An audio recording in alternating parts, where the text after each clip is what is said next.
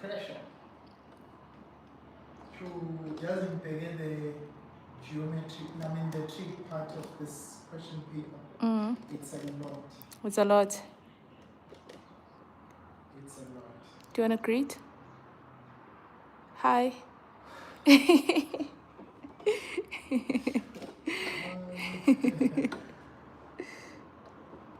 We'll be starting at 4:30. Alright, I'm ready, willing, and able. Okay, hi everybody. To those that are joining us, we'll be starting in a few.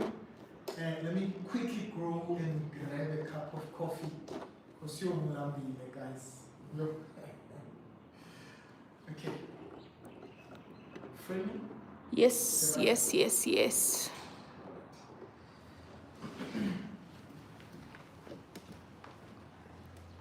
Let me just check the comments.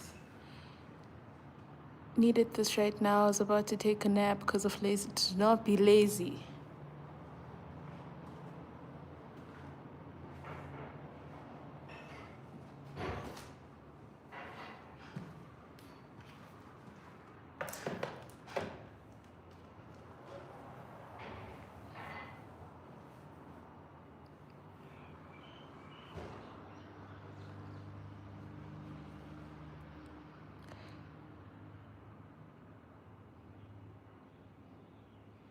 Let's connect.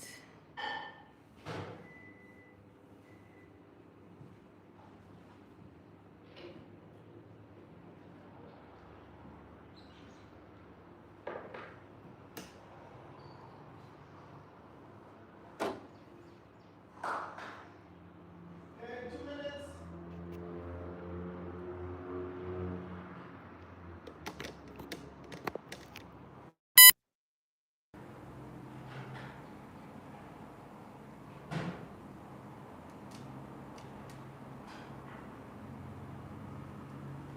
Do we need to zoom in more?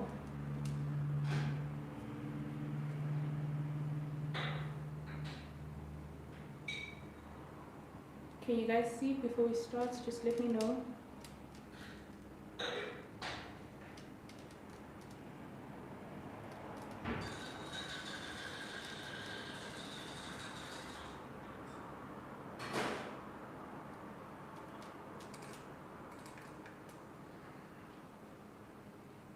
You can see. Okay, cool, great. Oh, shame, man. My IEP people. Yes. Tomorrow I'm writing physics. Crazy. The IUP needs to start writing with everybody. That's how they're trying to standardize the exam so that everyone writes the same exam. Okay, maybe I just need to document some. Blinds, okay? No, they're fine. I'll just monitor light as we go. All right. Okay, 1 minute from my clock. Okay, can everybody tell us where they're watching from? Yes. Good afternoon. So for those of you that have already joined in, please tell us where you are watching from. We'd like to see that on the comment section. I don't have my other phone so that I can be able to see now and then. Can I use yours? Okay, thanks. Will you not? Oh, you chose a monitor from the thing, nah? Okay. All right, and the time is now 4:30. Good afternoon, everybody. It's such a pleasure to see you, to be with you today. Why does it feel like camera yakho iphezulu namhlanje? It's almost like I have to reach. Really? Maybe Yeah, so I'll try to take it down as you, Alona, but no, it's okay. If it's okay, then we don't need to change anything. All right. Thank you for joining us. I'm with Shares. She's behind BTS. Yabon, behind the scenes. And today we are going to be looking at paper 2. Now, I know that perhaps some of you are still hung up on paper 1, maths paper 1 that you wrote on Friday.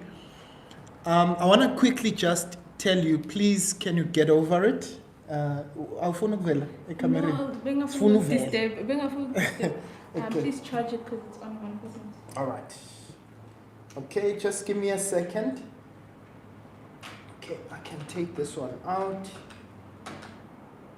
Charge this one. All right. I'll try as best as possible. I want to be able to see your comments so that we could respond. And I found it quite helpful on on Thursday, when you guys kept on giving me, your answers as you are working through it. For some reason, it just looks a little bit skew. It's a little bit. Yeah. Yeah, Okay. Okay. Is it fixable? If it's something we can if fix. you can allow me, is it okay? That's fine. 2 minutes? That's fine. Yeah. Okay. Please, guys, we're trying to get through some technical stuff, Nyana Lana. I just want to make sure Uti, the alignment is okay. Looks a little bit skew, Nyana, a bit.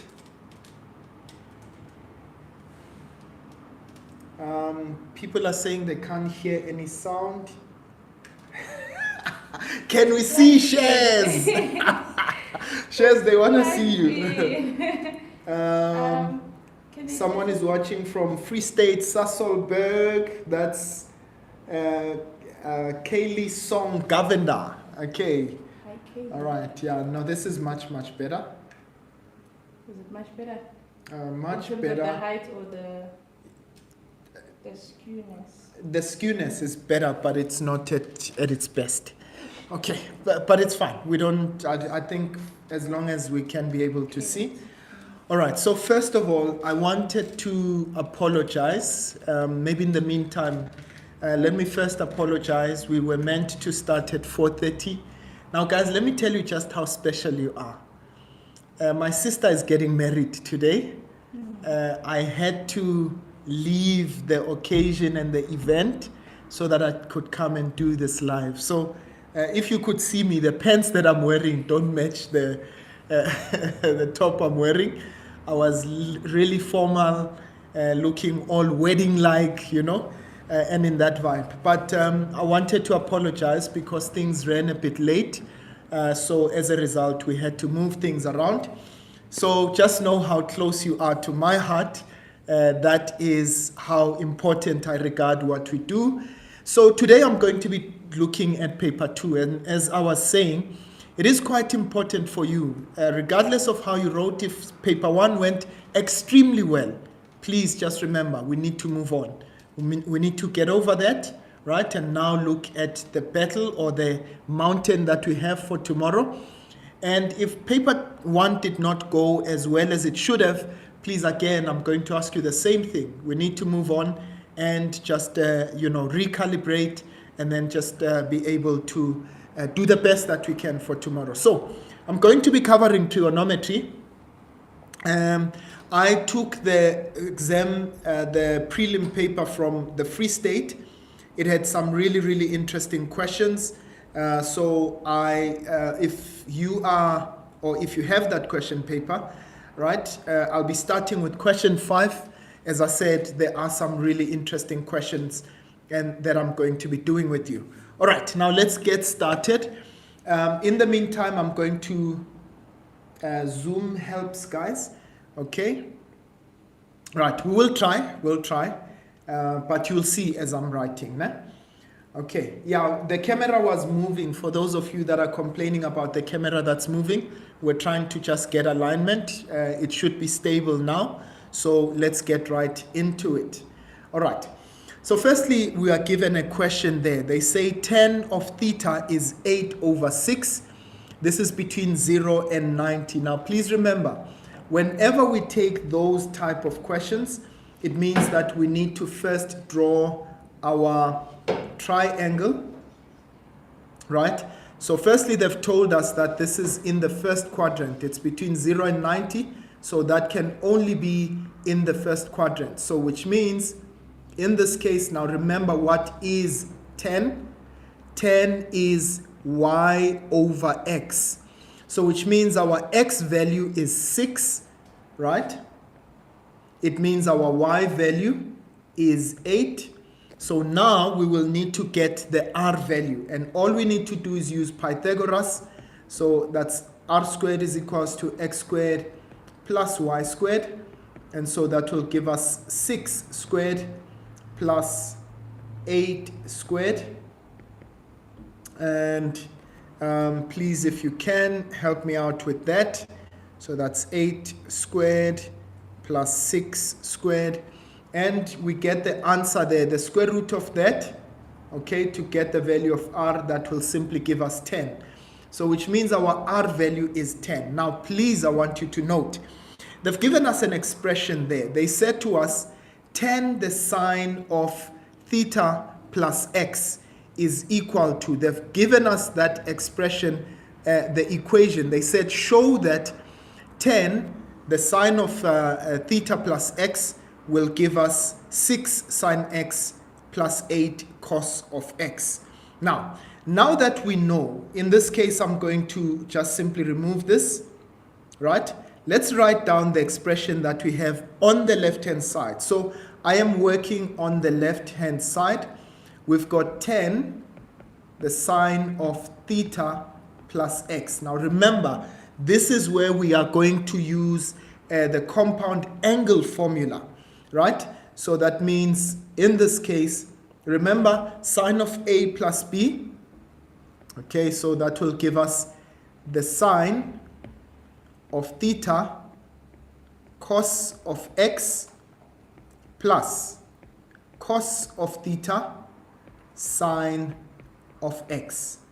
All right, now let's write that out in full. Sorry guys, and I hope that it's not disturbing that I'm writing it within the paper itself, so that you can see how I go about this. Now let's try and do it together. So this is going to be sine of theta. Now remember, sine of theta, that is going to be y over r. So our y value is 8 over r, that's 10. So that's 8 over 10, okay? But remember, we can still reduce that. That's cos of x plus cos of theta, that is x over r. That's going to be 6 over 10 multiplied by the sine of x. All right, and what do we get there? Right, you'll see that if we multiply by that 10, we end up with 8 cos of x plus 6 the sine of x. And it proves exactly what we have on the right hand side of that equation, 6 the sine of x plus 8 cos x. So we've proven that, okay? And as I did say, guys, I'm trying as best as possible for this to be legible, right, so that you can be able to see, but I am also mindful that it can look a little bit clumsy, but I'll try as best as possible to make it visible. Right, if I need to, I'll have to export the stuff onto a whiteboard so that you can be able to see it properly. Now, we've now proven that the left-hand side is equal to the right-hand side, right? So this was 6 the sine of x. Right, so we know that left-hand side is equal to the right-hand side. Now, they give us the next question. They say hence. So remember, in trig, once we say, or in fact, any question, when they say hence, it means use the previous result in order to solve the next thing. Now, they give you the very same expression, right? They say 6 sine of x plus 8 cos x is equal to 9. Now, how am I going to use the previous expression? Let me take what I already have proven. Remember, we found that 10 multiplied by the sine of theta plus x was equal to the expression that we have on the right-hand side, okay? They said this is equal to 9, and we now need to, they said hence solve in this case. So we are solving for x. So what I'm going to do is, we know that we had 10, the cosine of theta plus x, right? This is equal to 9. Now, what I want you to notice is that now we can write this as, we know that the cosine or cos x, in this case, that is theta plus x, is equal to 9 over 10. Now, please, I want you to remember in this case that they've given us the expression that was on the right-hand side, but I'm taking the expression that it is equal to, which is 10 sine of theta plus x, and I am taking that in this case to try and solve for x.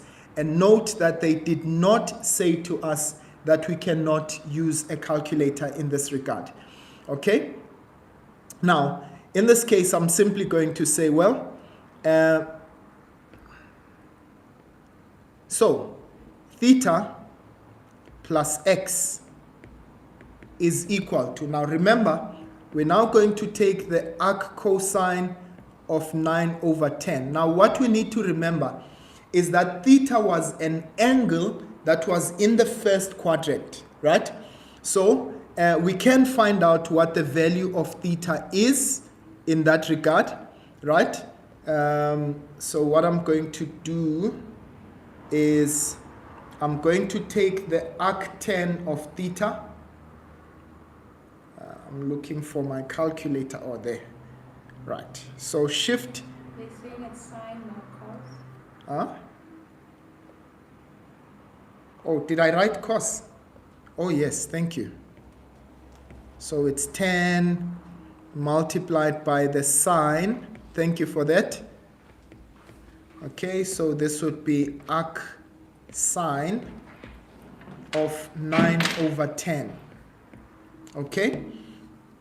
So, in this case, what we are going to do is we're going to try and find out what the value of theta is and thereafter work out the value of x. All right. Are we okay? Oh, okay. Do you want to take it? Should I take it out? Okay. All right. So, you almost saw shares. Okay.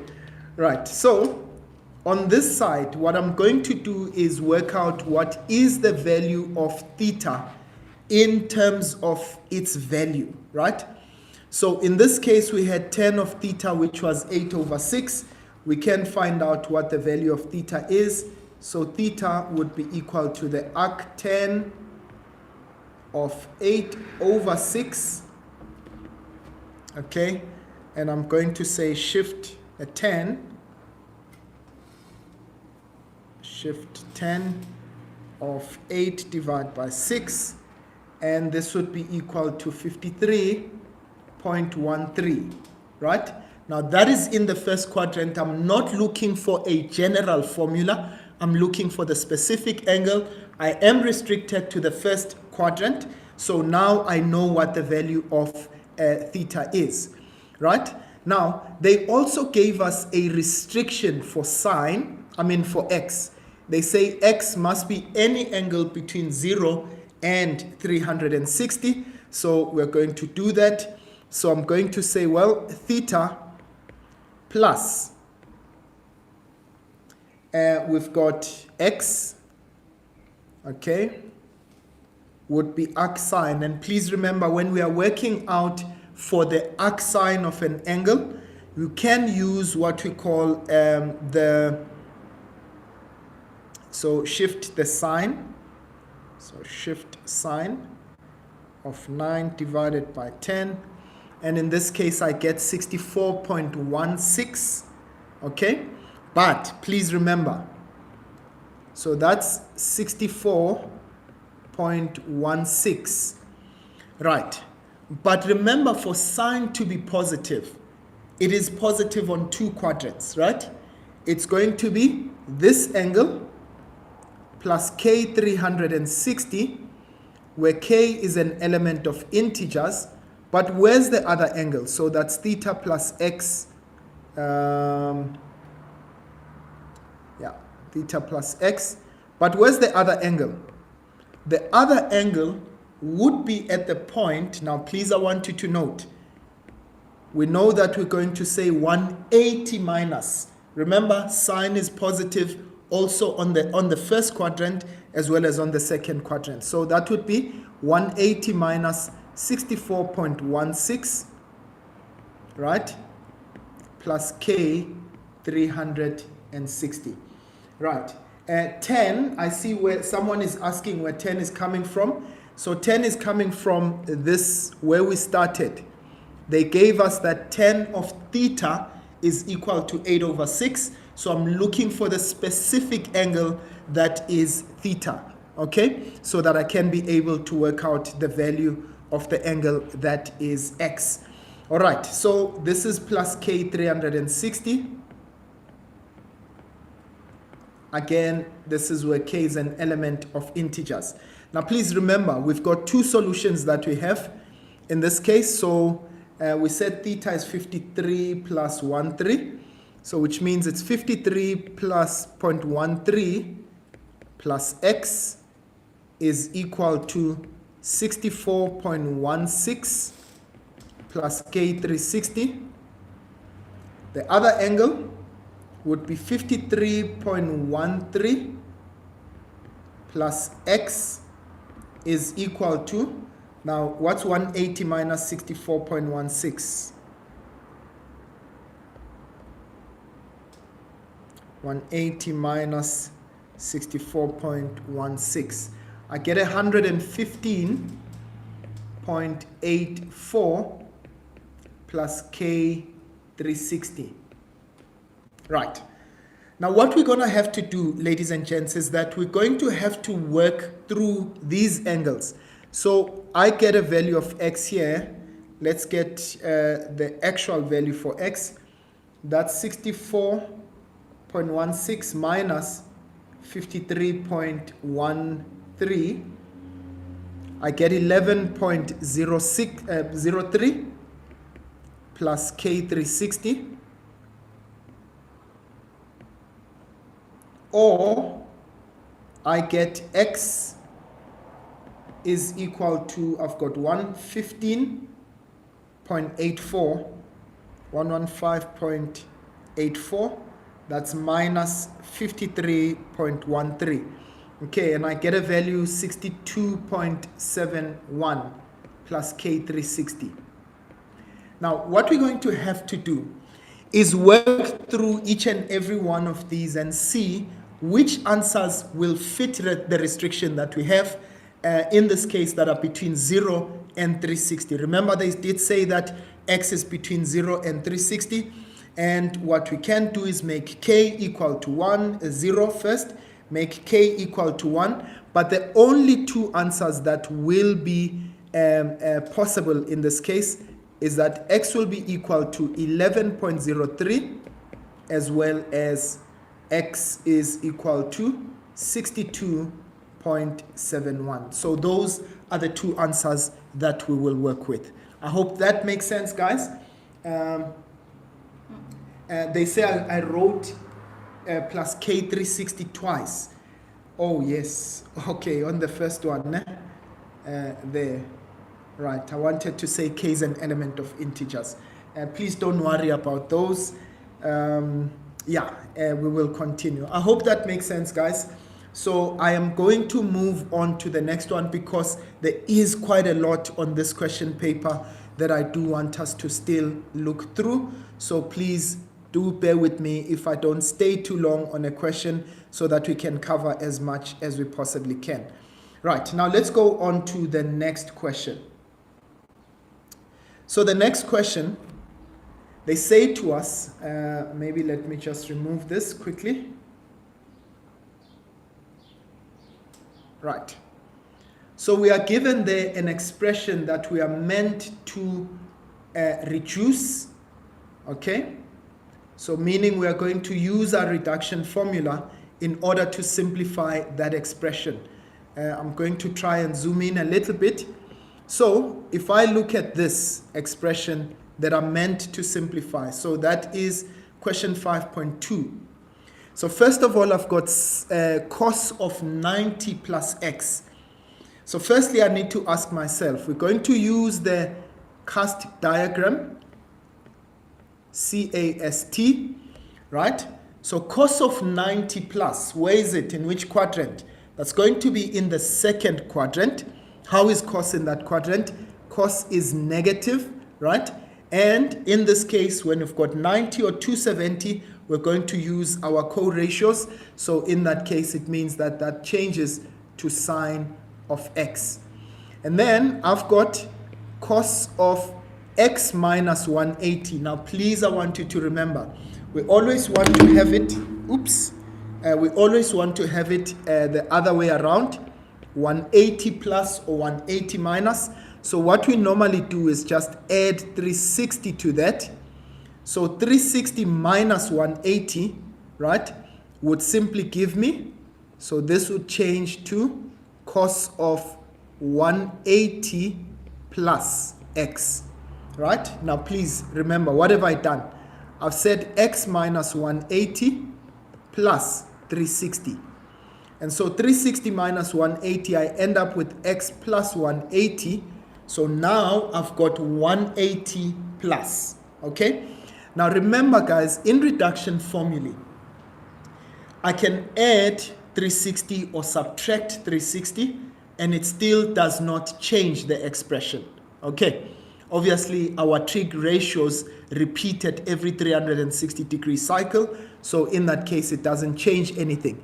So now that becomes cos of 180 plus. So where is that? In the third quadrant, right? So how is cos in the third quadrant? Cos in the third quadrant is negative, so that's going to be minus the cos of x. And then we've got tan of 360 plus. Now I want you to know that's in the first quadrant, or what I could have done is say minus 360, and so then minus 360 and the 360 cancel, and I'm just left with tan of x, okay?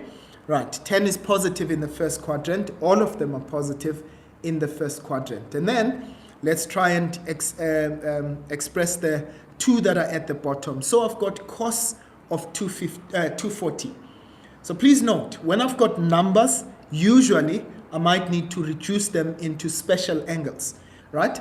So how can I write cos of 240 into a special angle? That is the same as 180 plus 60, and tan 225, that's the same as tan of 180 plus 45, okay? So this is the expression that I have now. So let's try and work it out. So I've got negative times a negative, which gives me a positive. So I've got sine of x multiplied by cos of x. I'm going to multiply by, now remember, tan can change into sine of x over cos of x.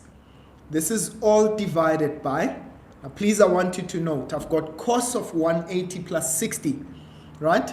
So that's in the third quadrant again. So how is cos there? Cos is negative in the third quadrant. So that reduces down to negative cos of 60.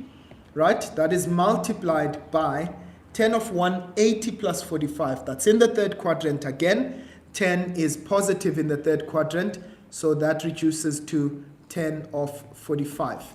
Now, you guys have got calculators that are a bit more advanced, so they're able to work this out. Now, at the top, I've got sine squared of x. The cos and the cos at the top and the cosine at the bottom cancel each other out. So I've got sine multiplied by sine, which is sine squared, divided by negative cos of 60. Now remember that cos of 60 gives us square root, not square root of, that's going to give us minus 1 over 2, right? That gives us 1 over 2, right? And then 10 of 45 gives us 1, all right? So now, in this case, remember that is going to be divided by negative a half. So my final answer will be minus 2 sine squared of x.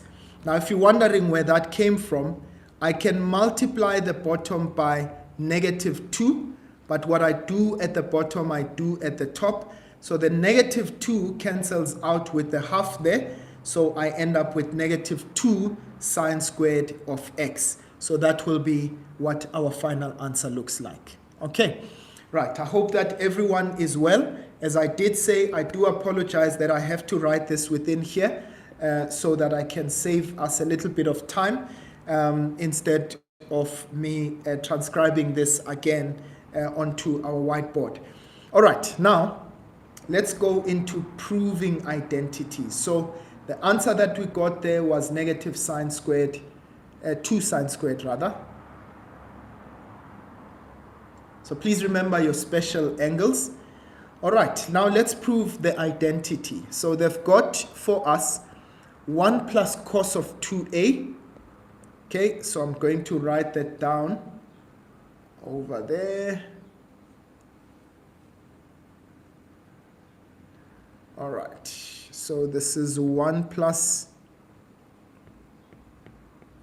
cos of 2a divided by 2a. I mean cos of 2a.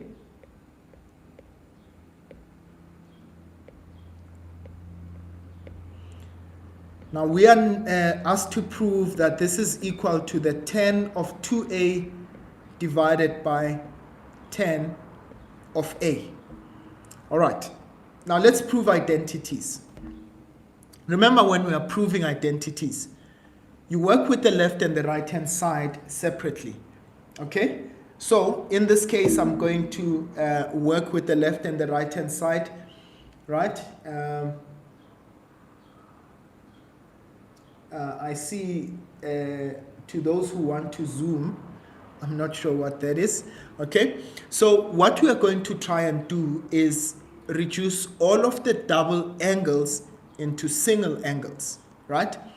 So when I look at the left hand side, in this case, firstly, whenever I've got the cos of a double angle, because it has those 3 options, remember it can either be cos squared of x minus sine squared of x, or you can write it as 2 cos squared of x, or of a in this case, minus 1, or 1 minus 2 sine squared, right?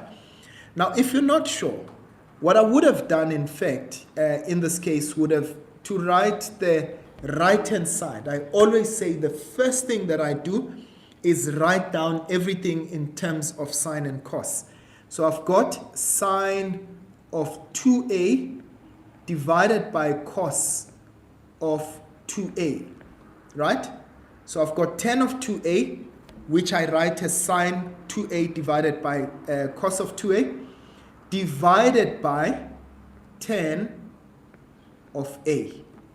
Right, now on the right hand side, I want you guys to please note. So I've got sine of 2a. So this we can write as 2 sine a cos a, right? This is divided by cos of 2a. But now I can say we're going to change that division into multiplication. But remember, it was 10a divided by 1. So when I change to multiplication, it will be 1 divided by 10 of a. Now, please, I want you guys to note. Or what I could have done is that from the onset, I could have changed that 10a into divide by. In fact, let me do that.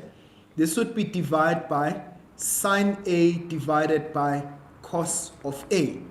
So that when I now multiply, I am going to invert that around.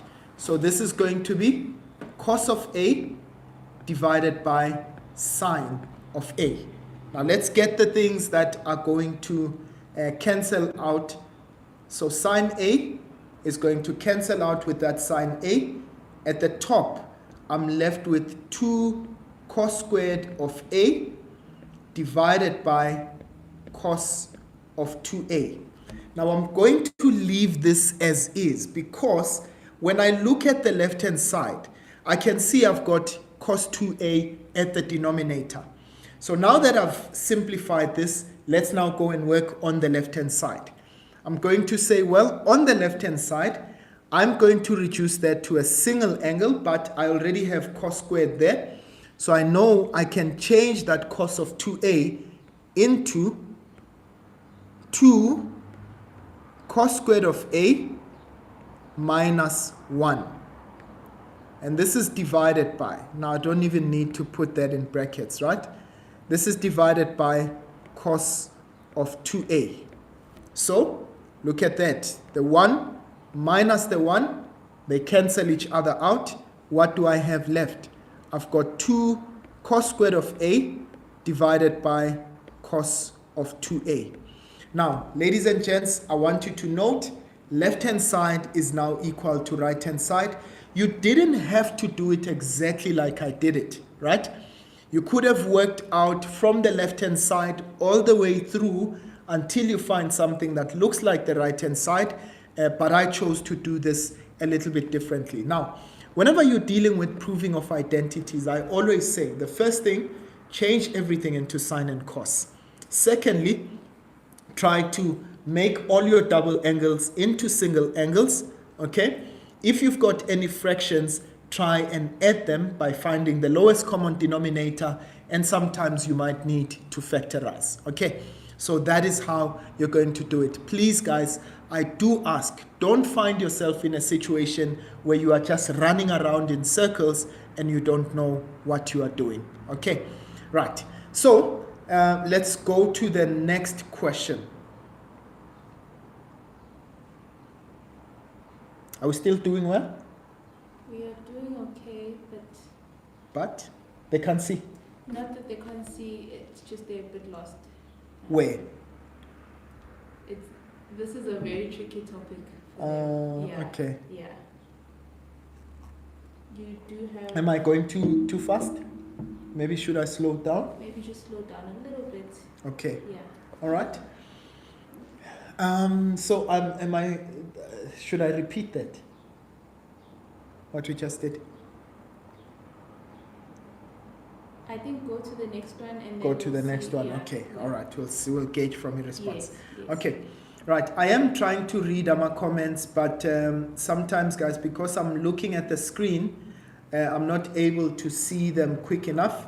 So I've got two shares who's moderating for me, and she'll let me know if maybe there are any areas of concern, right? Okay. So we proved the identity, right? And by the way, we will save this live. Let me say that, so that you can rewatch it again. If it is that maybe you want to, yeah, someone is saying repeat, please.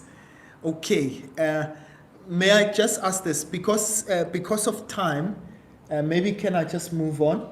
And then I can come back to it if we do have enough time, nah? Yes. All right, I'll come back to it. Please don't worry, guys.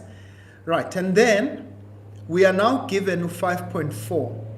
They say to us we've got the sine of 32, which is equal to t. Now, they say to us, determine sine 16 in terms of t. Okay? Now, let me just do this quickly. All right. So when I look at this, I think my first instinct is to see that 32 is twice 16, right? So let's see. Okay, so I've got sine of 32, which is equal to t. Now, before I even go ahead and to solve this, please, I want you to note in this case that one of the things that you need to be mindful of whenever you are working with trig, remember your special angles, right? Remember also your double angle as well as compound angle formulae, right? I think when we talk about the difficulty maybe in trig, sometimes those are the things that really get to us, okay? Right, now let's go for it. So we've got sine of 32, which is equal to t, okay? So which means that's going to be, in fact, I'm trying to think to myself whether do I want to use double angles for that? Let's see. Sine of 32 is t over 1, or whether I can use, so that will be sine is y over r. Okay.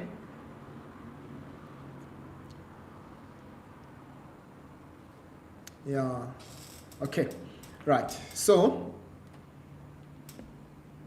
that's in the first quadrant.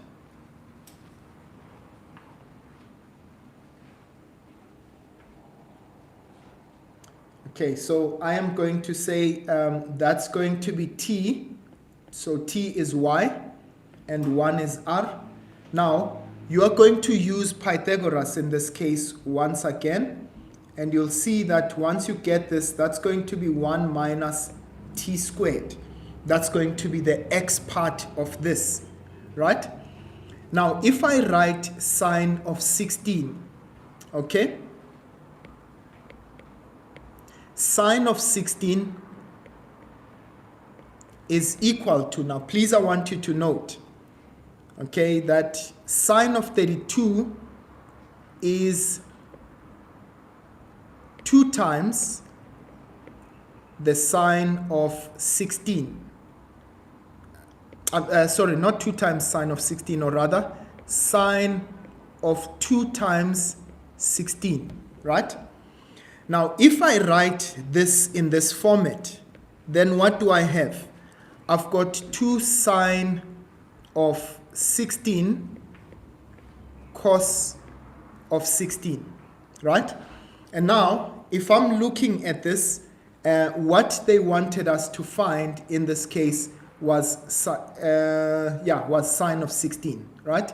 And they wanted us to write this in terms of 32. Now, in this case, we've already found out that this is equal to t over 1, okay?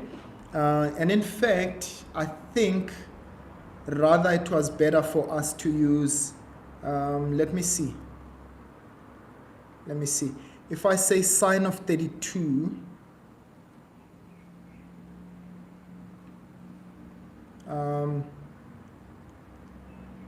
okay,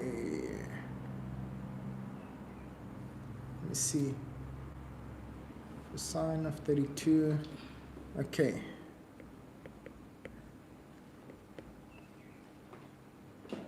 Yeah, I've gotten myself entangled a little bit here. Okay, let me think about this one a little bit. We'll come back to it. Ne? Yeah, let me think about this one. But I do think that we might need to use special angles. And again, it goes to show, Uti, there are those questions that you might need to apply your mind a little bit. Ne? But I'll come back to it. And by the way, Shez, I always tell them about the 10-second rule, right? Mm-hmm. I want to write now, because this might waste time for me. The best thing for you to do is pass, and then you'll come back to the question. I mean, it is 3 marks. If I'm not sure what to do, right, this is the kind of question where I'll just say, I'll come back. You see? So I'm showing you what I would do if I were writing the exam. Okay, we'll come back to this in just a little bit. Okay, commercial break on that. Okay, let's go to question 5.5. So they said to us, we are given cos of x plus y minus cos of x minus y. Now, actually, I think I may just know what to do there. Yes, I think I may know. Do you want to go for it? I think I want to go for it. You know what we could do? Mm-hmm. Yeah, we could make the reduction of sine of 16.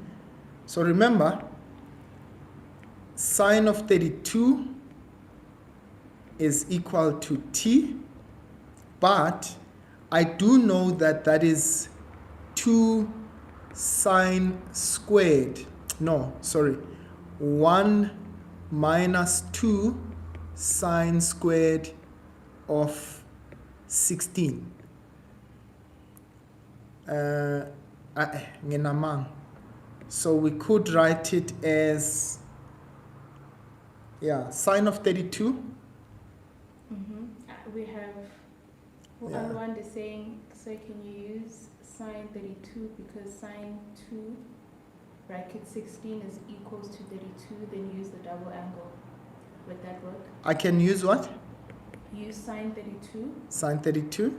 Because 2 times 16 is equals to sine 32. Yes, but that's exactly what I had done. That's what Yeah, so that's what I had done. So I thought about the cos of a double angle because you have those three options. But I'll come back to it. It's okay. It's okay. There's no harm done there. Okay. So 5.5.1. So they said to us we've got cos of x plus y minus cos of x minus y is equal to negative 2 sine x sine y. All right, this might take us a little bit of work, but let's take it one step at a time. So what I'm going to do is I'm going to work with the left-hand side. Okay? So I'm going to work with the left-hand side. And I'm going to say, on the left-hand side, I've got cos of x plus y. Now remember, the cos of a compound angle, so that will be cos x cos y minus sine x sine y. Okay? This is minus. Now please note in this case when I put, so remember there's a negative there. So I'm going to put everything that comes into a bracket. So that's cos of x minus y. So that will be cos x, again cos y, minus, now, a part that I almost forgot. Remember for the cos of a compound angle, whenever I've got a positive inside the bracket, it means that it always changes sign. So x plus y, when I expand it, there'll be a minus there, right? But in this case, I've got x minus y, so it changes sign, and that will become a plus on the inside. So this will be plus cos y, or rather, sorry, cos x cos y minus sine x sine of y. All right, now let's go for it. So we end up with cos of x cos of y minus sine x sine y minus, now remember we are multiplying the negative in, so that's minus cos x cos y. Right, we are multiplying the distributive law, that's minus sine x sine y. So the two things that look the same, which ones are they? Minus cos x cos y, positive cos x cos y. But the two negatives we are going to add together.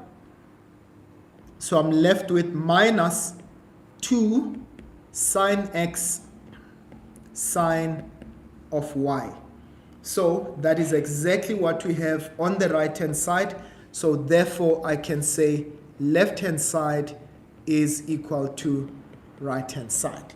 I hope that is clear, right? And let's go to the next question. They say hence. Now remember what I said to you. The moment we say hence, we are now going to say, in this case, use the previous result to obtain the answer that we have over here, right? So, they say to us, hence deduce. Okay, let me just get rid of this stuff so that we can be able to see it. Right. Now they are saying to us, hence deduce cos A minus cos B, right? To be equal to minus 2 times sine of all of what we have inside there. Right, now guys, I want you to please note, which are the two sides that kind of look like what we had before, right? Now you'll see that we've got a and b over 2 here, right?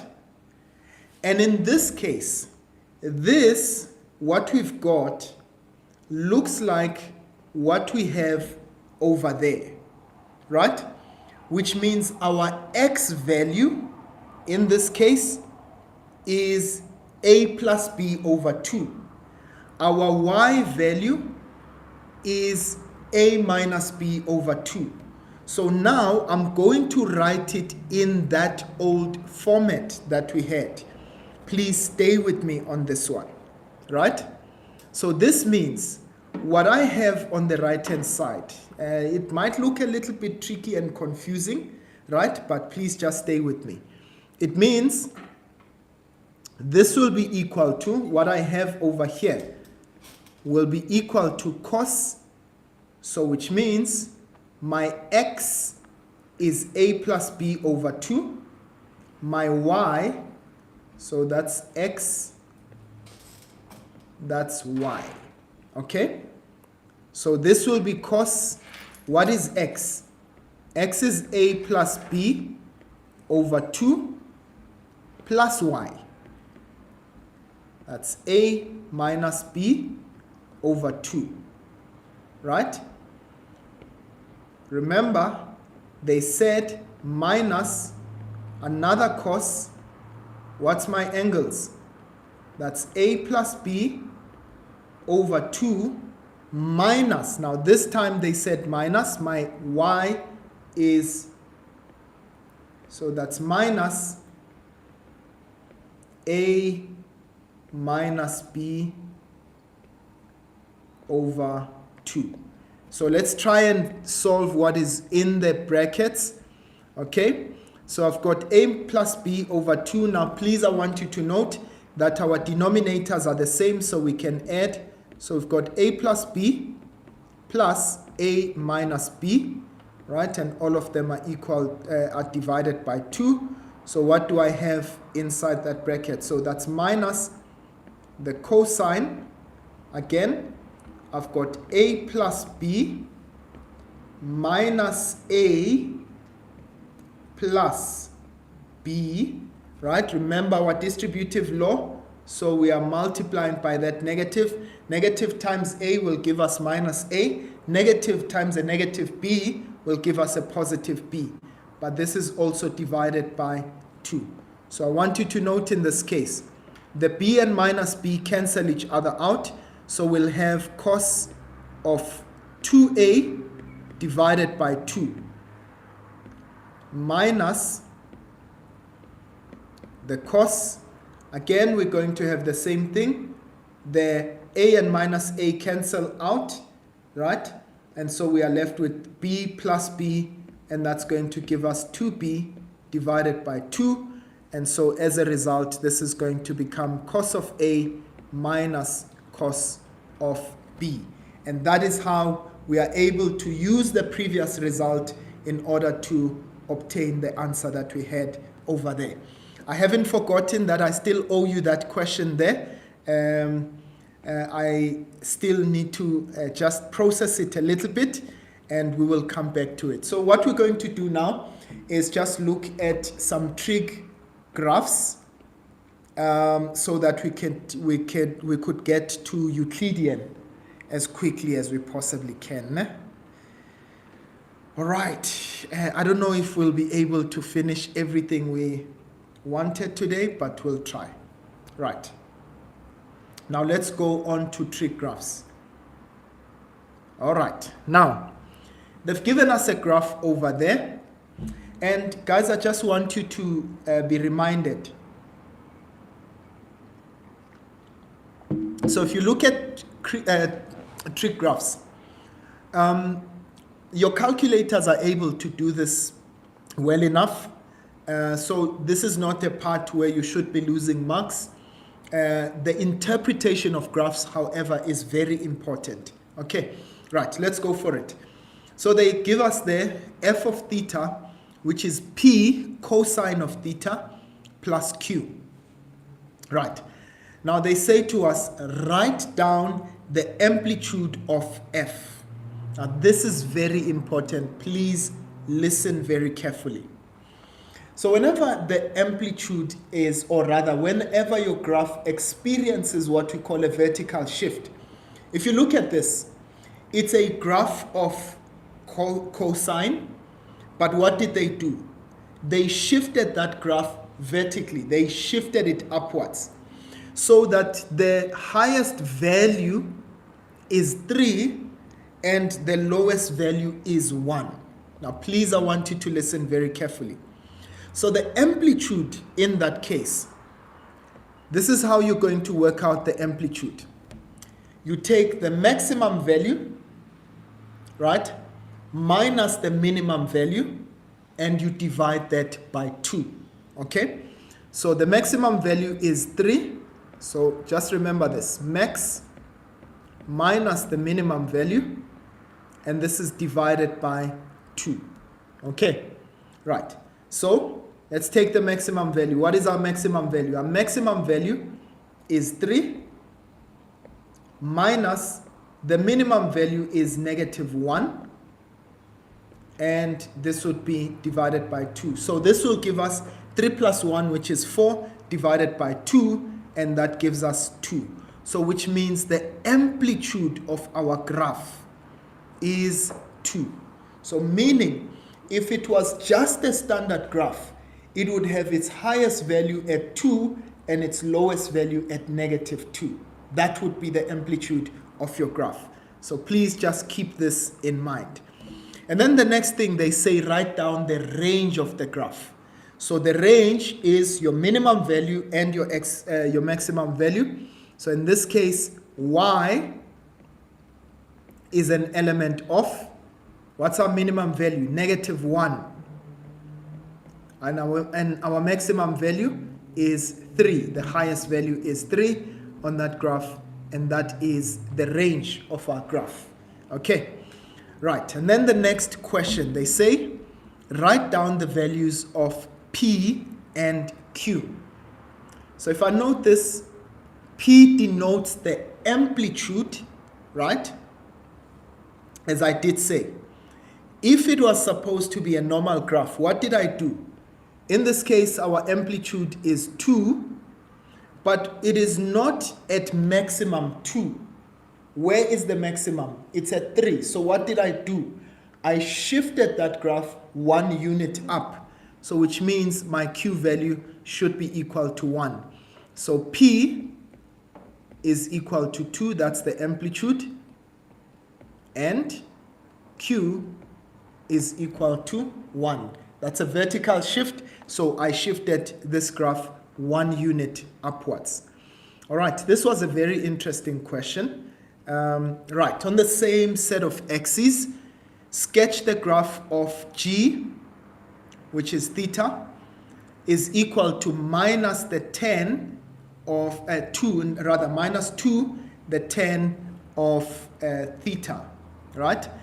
For minus 270 and 270.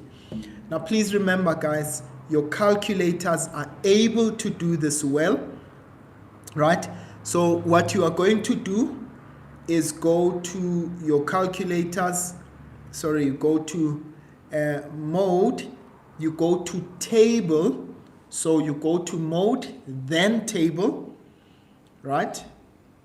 In my case, it will give me fx, so you'll say 10, that's negative 2, the tan of x, right? So that's alpha x. Remember, all your calculators have got this function, right? Then it will ask you, where do you want, we don't have g of x in this case, so we are taking it from minus 270 right up until 270, and we are going to be using steps. Now for a normal 10 graph, please normally use, if it's not a shifted graph, normally use a step of 45, okay? So now, where it says infinity, that means we've got an asymptote. So there's our graph. Now let's go into our table. So at minus 270, what am I expecting? I've got a vertical asymptote over there. Going to try and get my ruler. Please guys, can I just do a freehand drawing? You'll get the point, né? So those are my asymptotes at 270, at minus 90. At 90,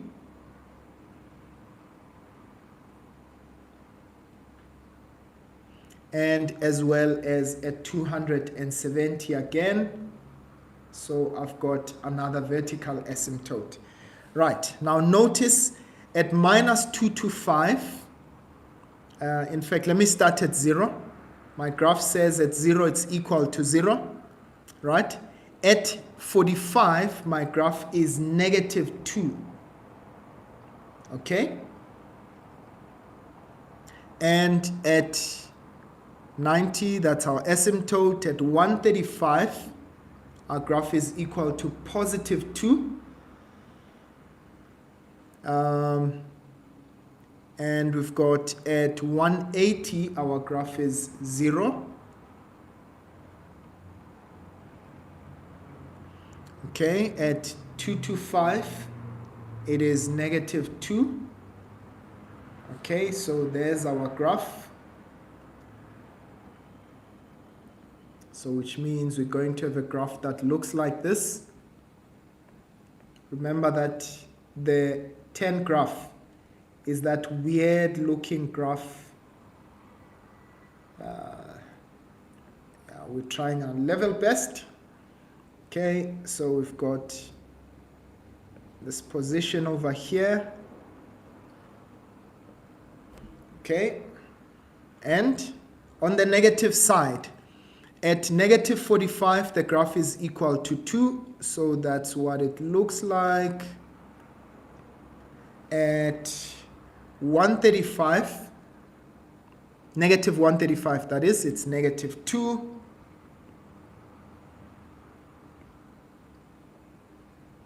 And at 180, again, it's equal to 0. And at 225, it is positive 2. So our graph ends up looking like this. And I do apologize if my graphs don't look too nice, but you do get the principle thereof. So this is what our graph is going to look like. That's the 10 graph. Ugly as it is, that's what it's going to look like. The beauty here is that whenever they ask you to draw a graph, the calculator, as I said, I showed you, you go to mode, you go to a table, right? You can plot whatever function there is. Remember, for you to get that variable, you just say shift alpha, right, to get in that table, and it will give you all your points, and you can draw your graph quite nicely. Right, and then finally, they say indicate on the graph using thickened lines the intervals on the horizontal theta, on the horizontal theta axis, where p cos theta plus q is greater or equal to negative 2 sine at negative 2 tan of theta. All right, so they want where the graph that we already had, right, is above our 10 graph.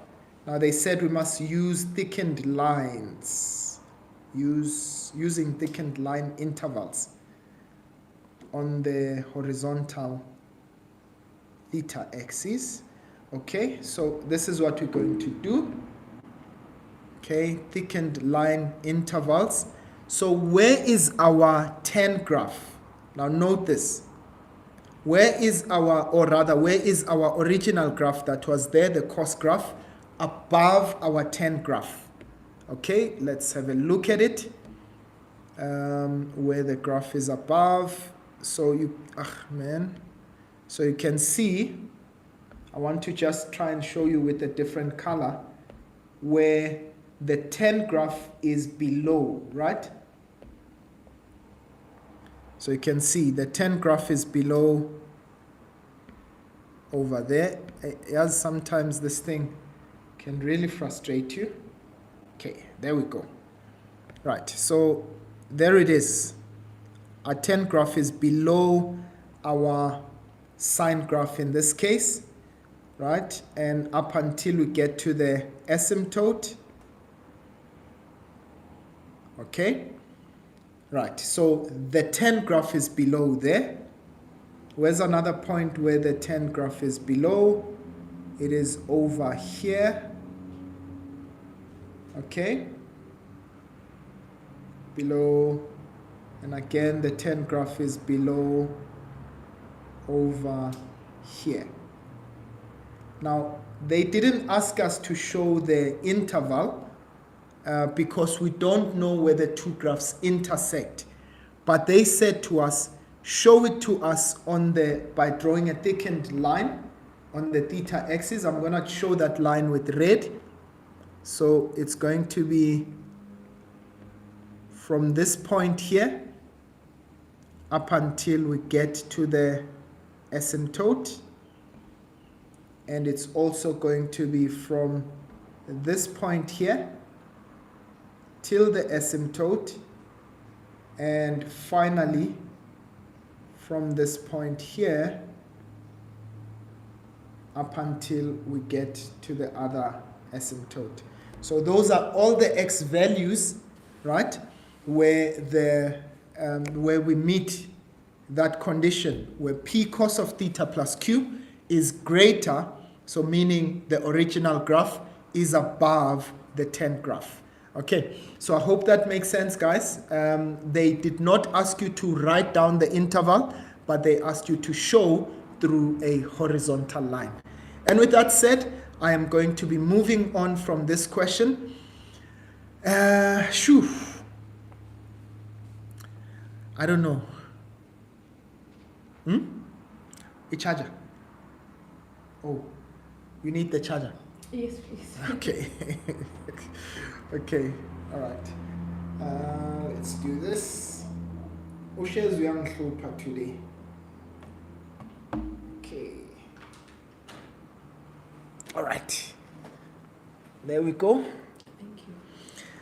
Okay. Maybe let me go through this section, yes? It is somewhat of a problematic section, and I'm going to go through this quite quickly with you guys. So 3D trig. Please remember, guys, we start with the triangle with the most information, right? So if you look at this, they say to us in the triangle, in the diagram, we've got P, Q, and R, which are 3 points on the same horizontal plane. So usually they would show you which one is the horizontal plane, which means it is flat on the ground. So this is our horizontal plane. So they say PQ is equal to QR. They've shown it to us there, right? PQ is equal to QR, and both of them are equal to M. They say QPR is equal to X, meaning this angle over here is equal to X. And they say SP is perpendicular to PQ, right? So those are 90 degrees. Now they say to us the angle of elevation of S from Q is Y. Okay, so angle of elevation, meaning we are looking up, right? We are saying that that's equal to Y. It is that angle over there, right? Oh, there's a nice sounding bike that is passing here. Please, can you get me a bike, guys? Right, now the first thing that they ask is express the area of triangle PQR. So meaning this triangle here, right? In terms of X and M, they say leave your answer in simplified form. So let's talk about it. So firstly, when I look at that, let's just talk about the part that is common over here.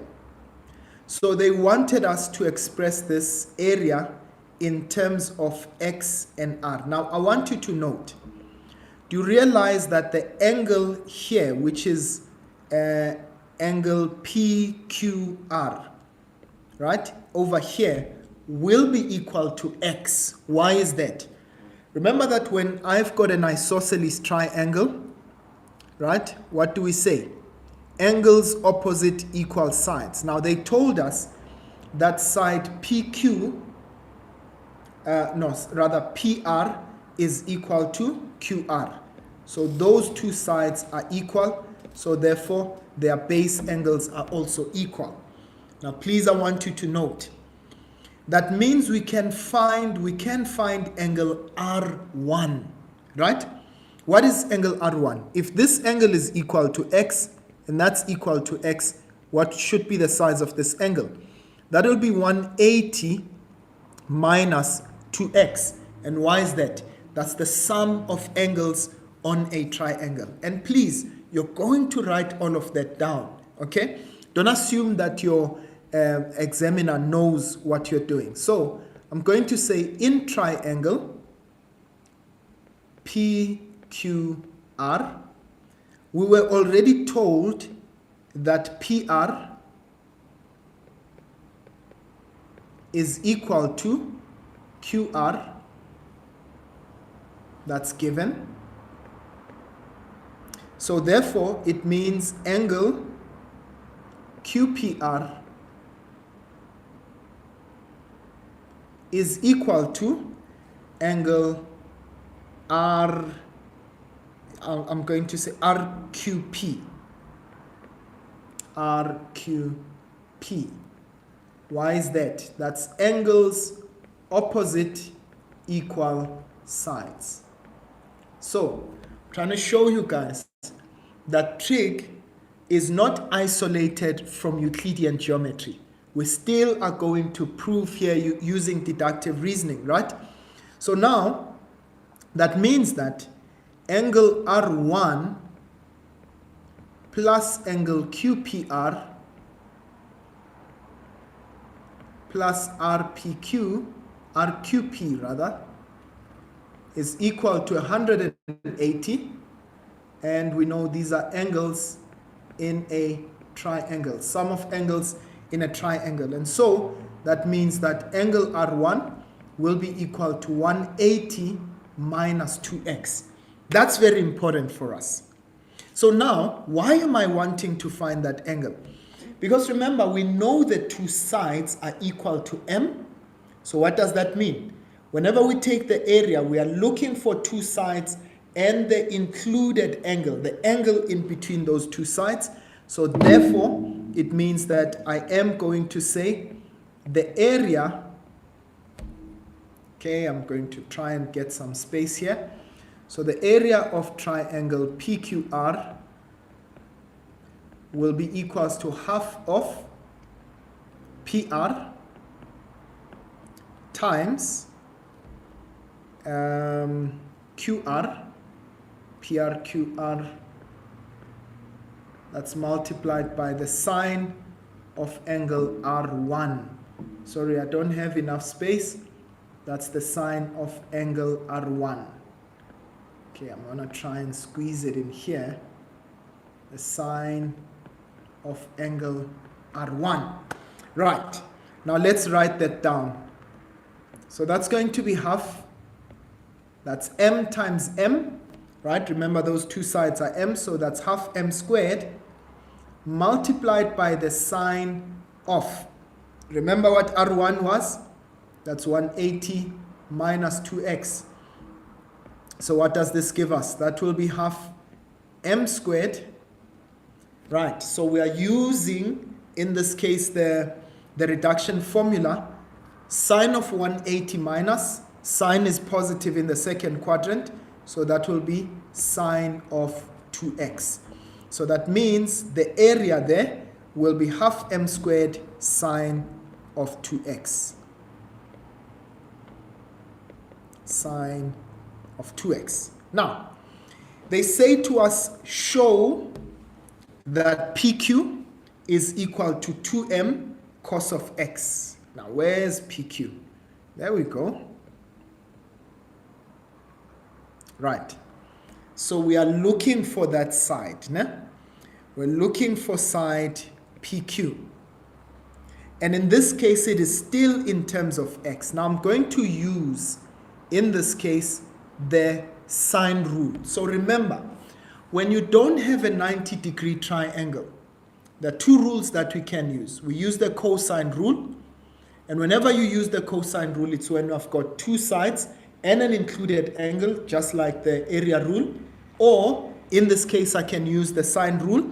And the sine rule you use when you've got more than one angle. So, I'm going to say, still in the same triangle, in triangle PQR, right? PQ divided by the angle, the sine of the angle opposite that.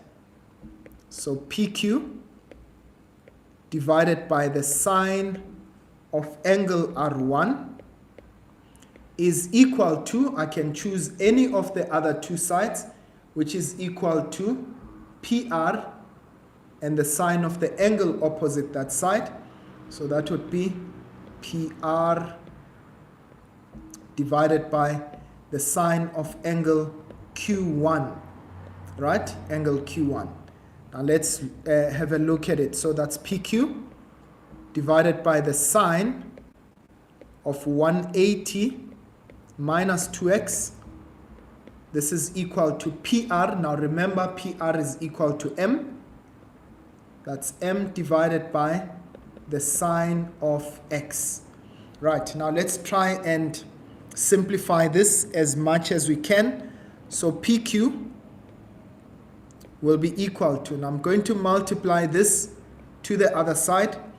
That's going to be M multiplied by the sine of 180 minus 2x. Remember, we reduce this into sine of 2x using the reduction formula, right? So that's sine of 2x divided by sine of x. But you remember, guys, that the sine of 2x, I can now expand it into 2 sine x cos x, and this is divided by sine of x.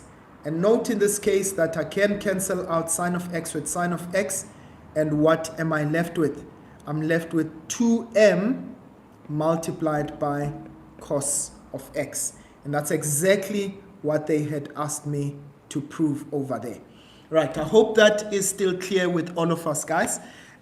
So I'm going to go, and they say, hence, prove that SP is equal to that entire thing there. So I'm going to make some space over here. Okay, let me just do this. So now, let's see, where is SP? So SP is in this triangle over here. We've now proven QP to be 2m, the cos of x. I am looking for SP. Now, note, in which triangle is this?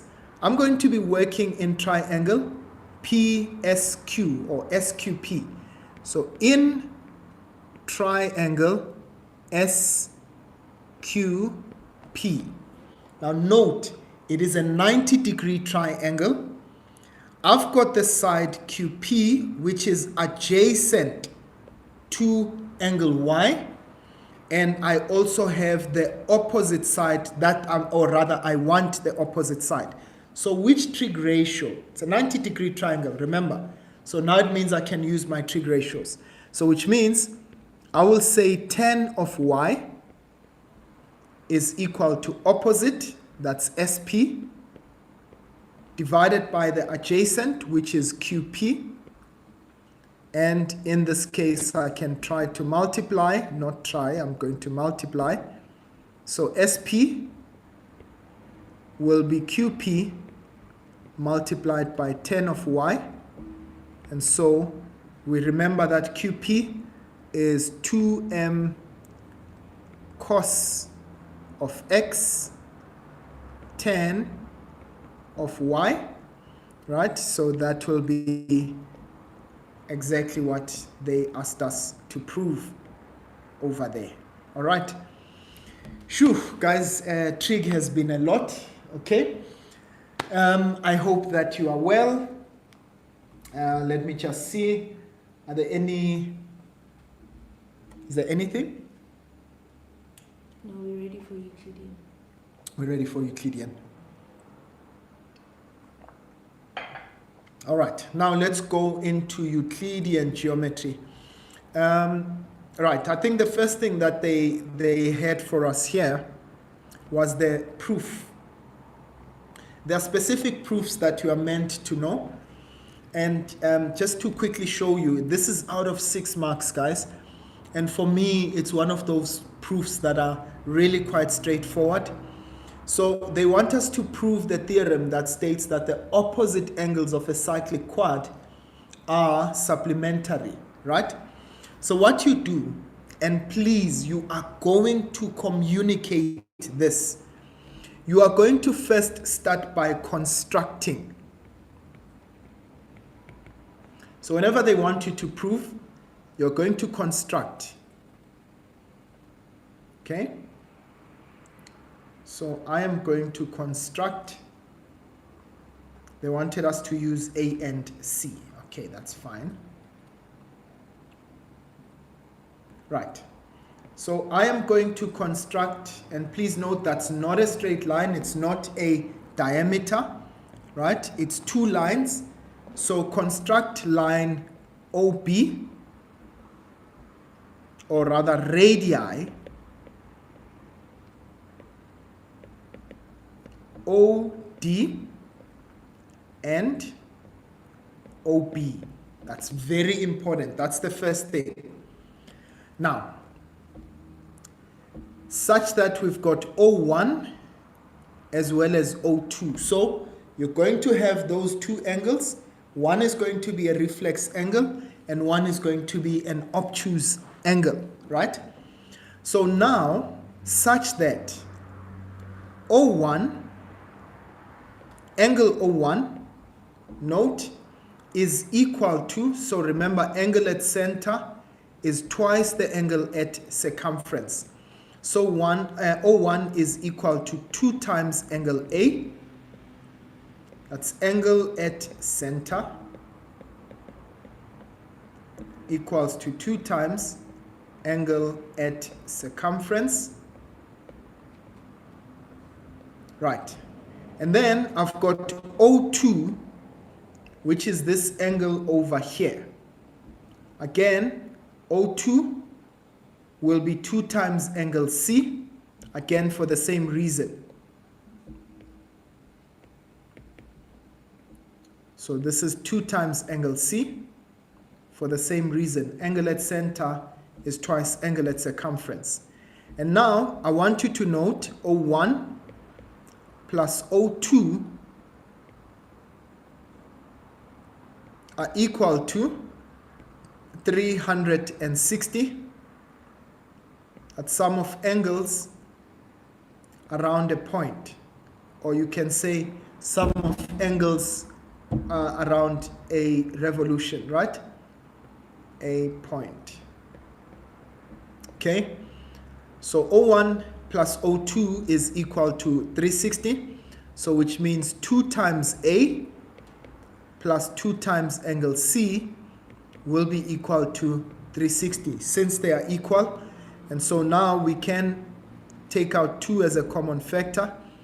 A plus C, that's equal to 360, and we can divide by 2. And note this, so therefore angle A plus angle C is equal to 180. So we've proven it there. Please guys, this is really quite a straightforward theorem. That would have earned you 6 marks. Just think about that. And a valuable 6 marks even at that. All right, let's go on to the next part. Right, now they say to us in the diagram below, so they are giving us there a question. A circle is drawn passing A, B, C, D, and E. A, B, D, E, and F, right? The tangents B and D meet at C. All right, now they've told us these are tangents. The moment that we know that they are tangents, remember that tangents from the same point must be equal, right? So that means that that's an isosceles triangle. And remember, please don't forget that anytime that we've got an isosceles triangle, the base angles, or what we call in this case angles opposite equal sides, are also equal. So that means that angle B2 should be equal to angle D4. All right, now they say to us we've got BFD equal to X. So they've given us this angle over here, right? We're going to try and find other angles that are equal to F as well. All right, and then they said E is equal to Y.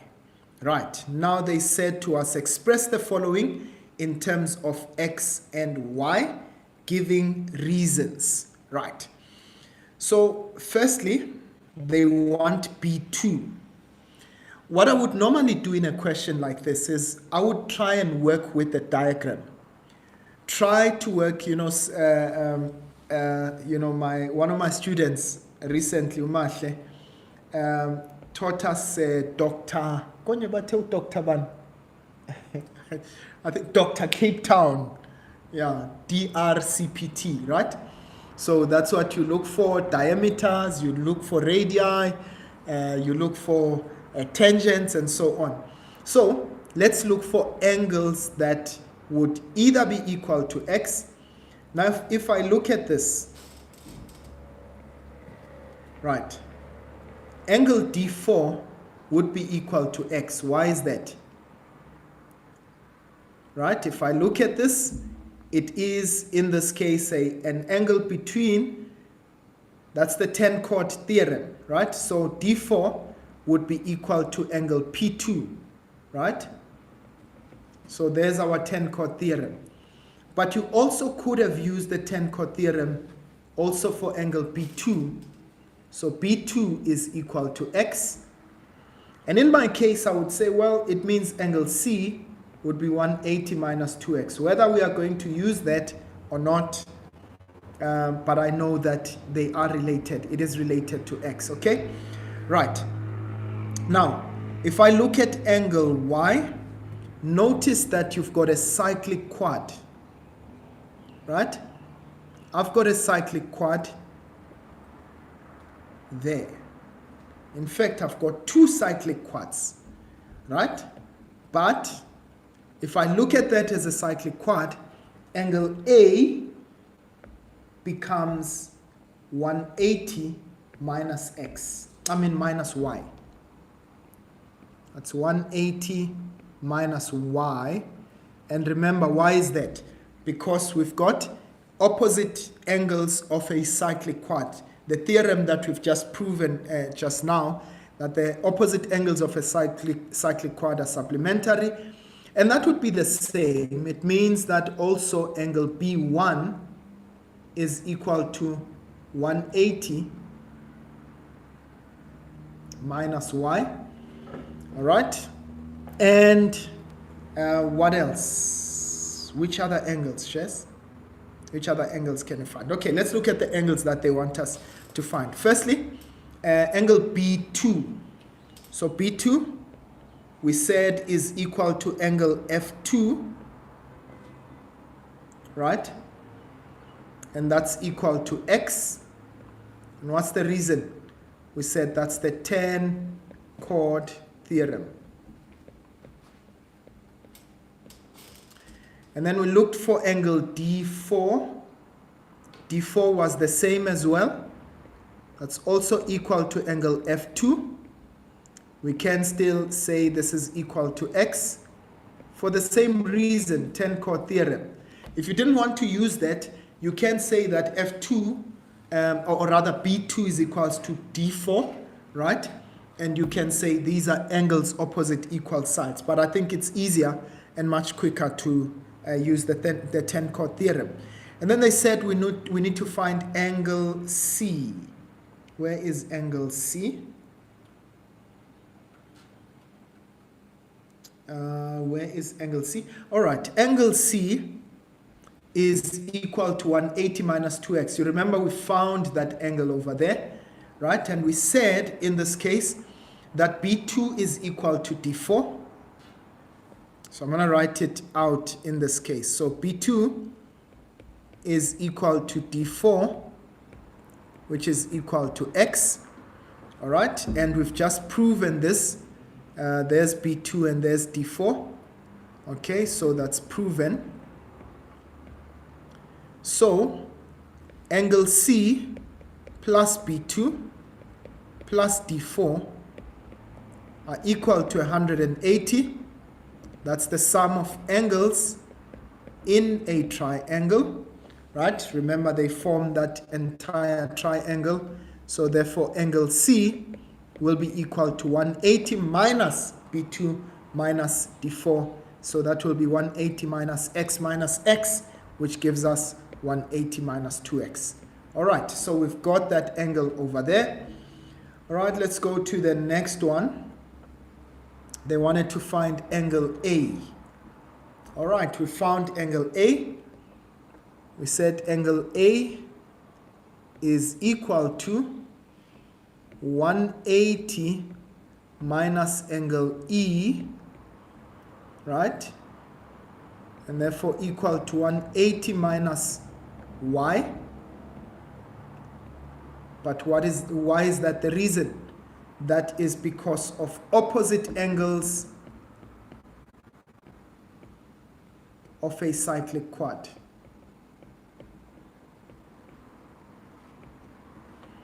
And then finally, B1. Okay, it looks like they took all the angles that we found. So B1, we can say B1 is equal to angle A, but why is that? These are angles on the same segment, right? So B1 is equal to, so B1 is equal to angle A, and that's 180.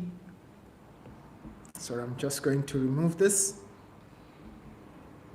That's equal to 180 minus Y, and again, these are opposite, or rather angles on the same segment.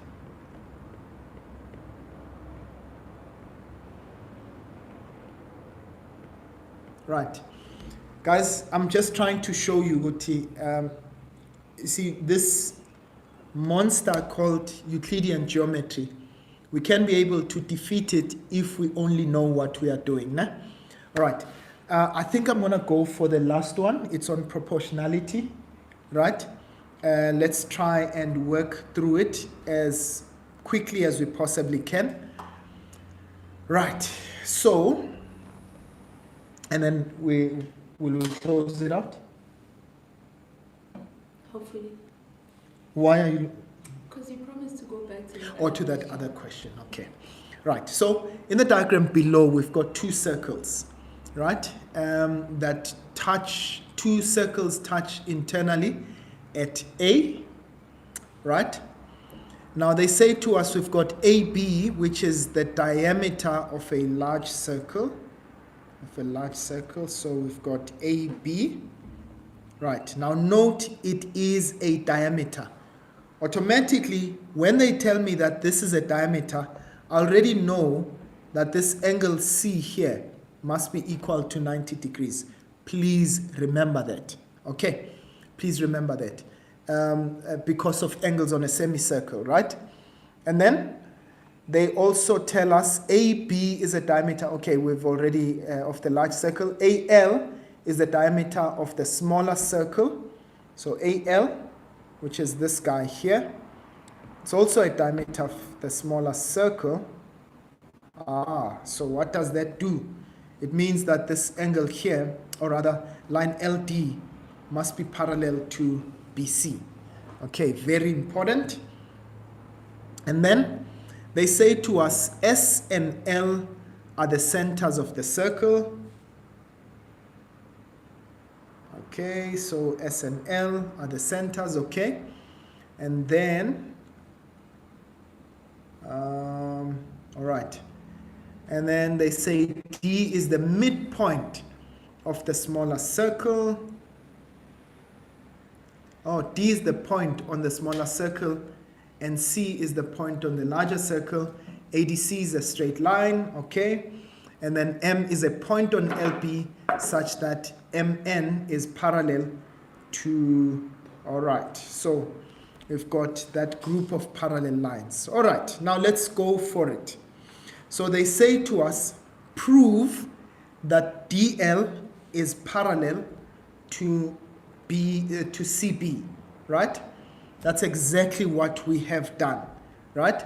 So firstly, we said angle ADL. Angle ADL is equal to 90 degrees. We said angles in a semicircle.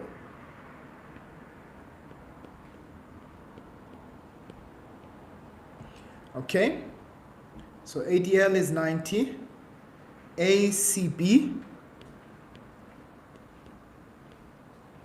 is equal to 90 degrees, again for the same reason, right? So this angle here is 90 degrees. Again, it's angles on a semicircle. And note, guys, they are corresponding angles.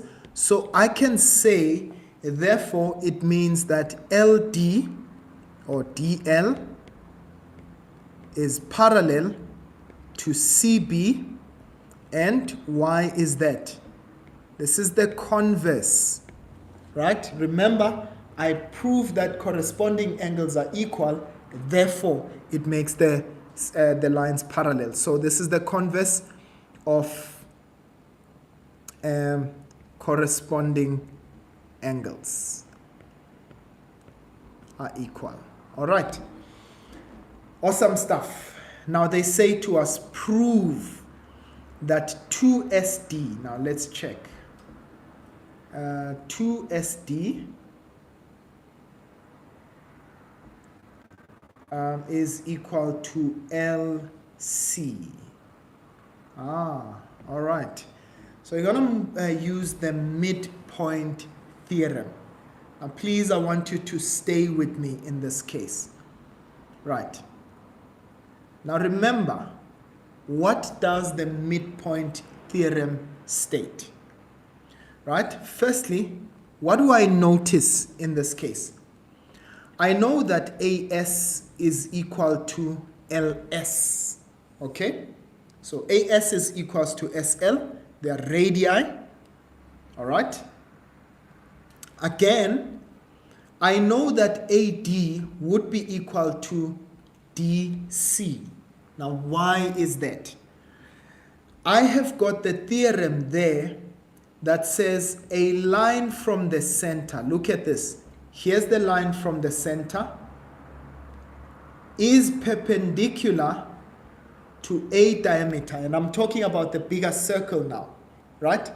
A line from center is perpendicular to the diameter. And so what does it do? It will bisect, okay? Right? So a line from center is perpendicular to that diameter. So therefore it bisects that diameter. And so what happens in this case? I want you to note, guys, that if I look at this triangle here, ALD, you see that the midpoint theorem applies there? So it tells me that that line LD is separating two sides of a triangle that are bisected. Therefore, it also tells us that this line here must be parallel to that line. Okay, right, so let's do that. So we're going to say AS is equal to LS, they are radii, okay, but AD is also equal to, note, AD is equal to DC, all right, And we are going to use theorem 1. That's line from center, perpendicular, sorry guys, from center is perpendicular to the chord. Now note, once you've written that down, it automatically means that it bisects the chord.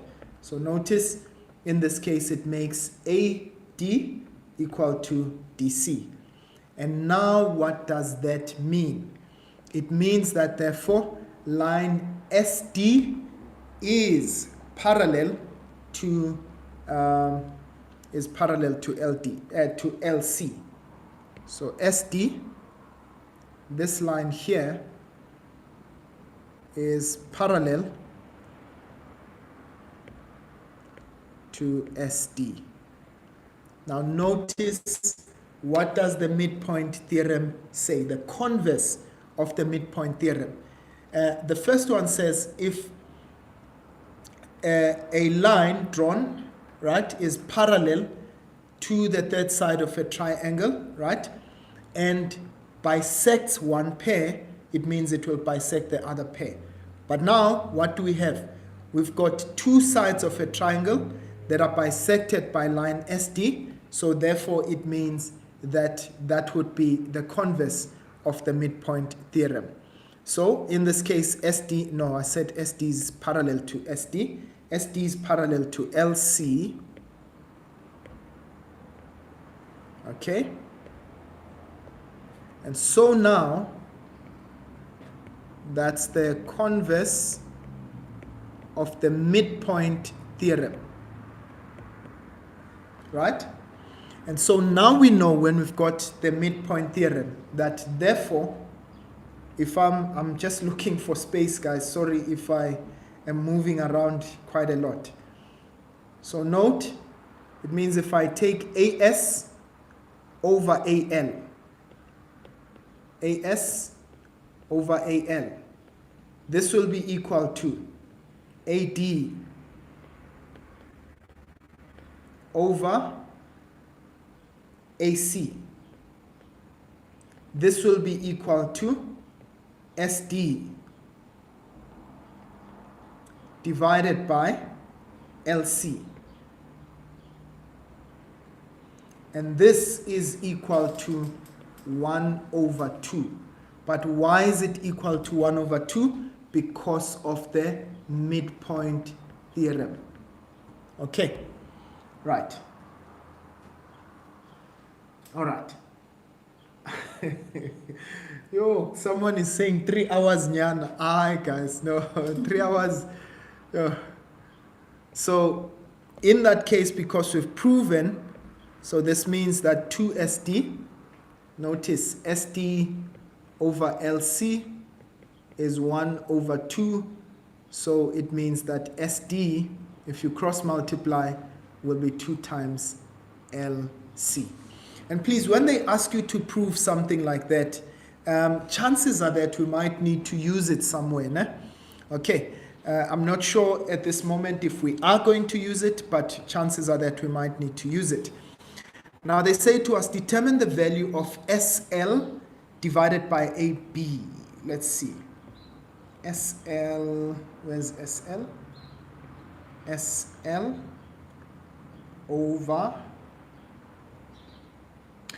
over AB. Okay. All right.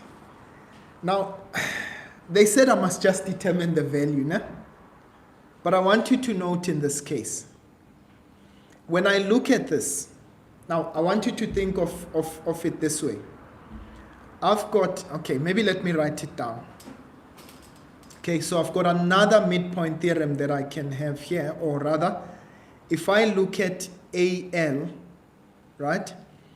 AL is going to be 2 times AB, right? So let's write that down. AL, okay, is 2 times AB. And why is that? because of the fact that it's a radius. Remember they said to us that's the center. So in this case, remember that the radius is always, or rather the diameter is always 2 times the radius, isn't it? Now, I'm trying to get to SL. So SL, we've already said, if you look at SL, this is equal to AS, right? But SL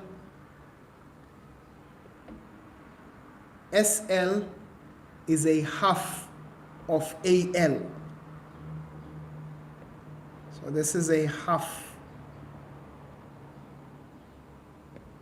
or rather let me say AL is 2 times SL. So 2SL is equal to 2 times AB, right?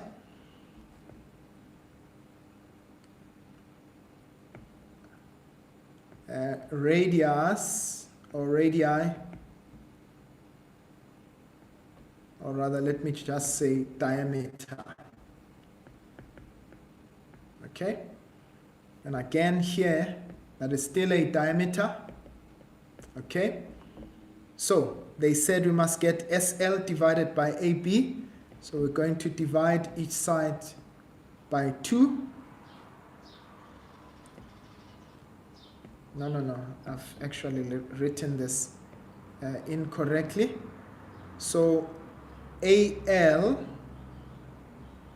yeah, I'm trying to make it such that it's clear that it's actually a quarter of that. So AL,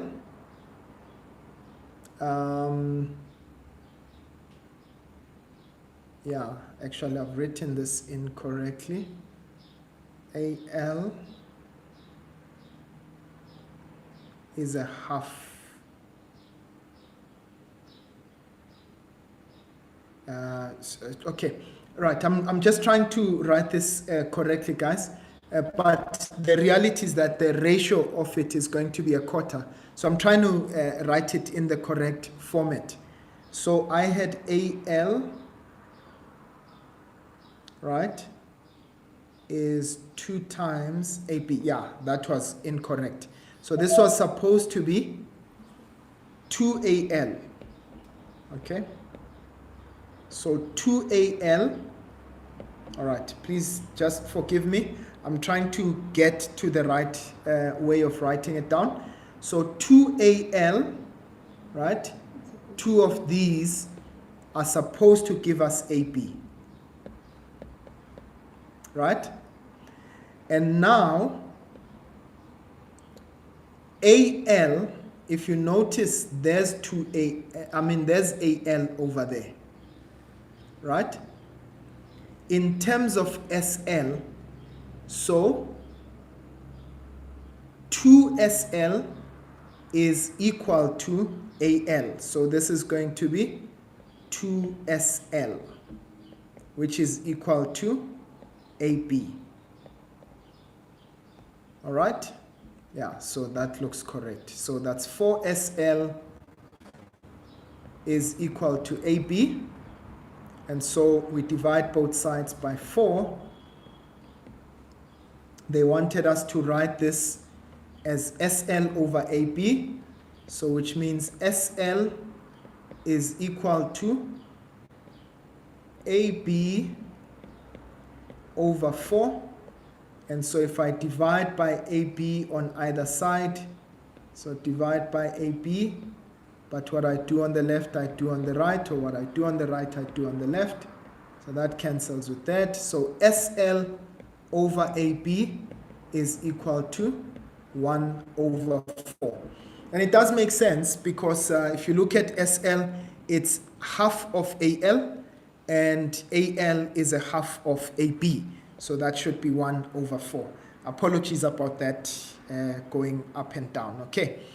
Right. Now, finally, they say to us, determine the length LM if AB is 30 units. Okay. So AB is 30 units. Okay? And they are giving us the ratio of Bn to Nc. So let's see where Bn to Nc is. Bn. Right, so we've got Bn to Nc. So they're saying to us that is going to be 7x to Nc, which is 9x.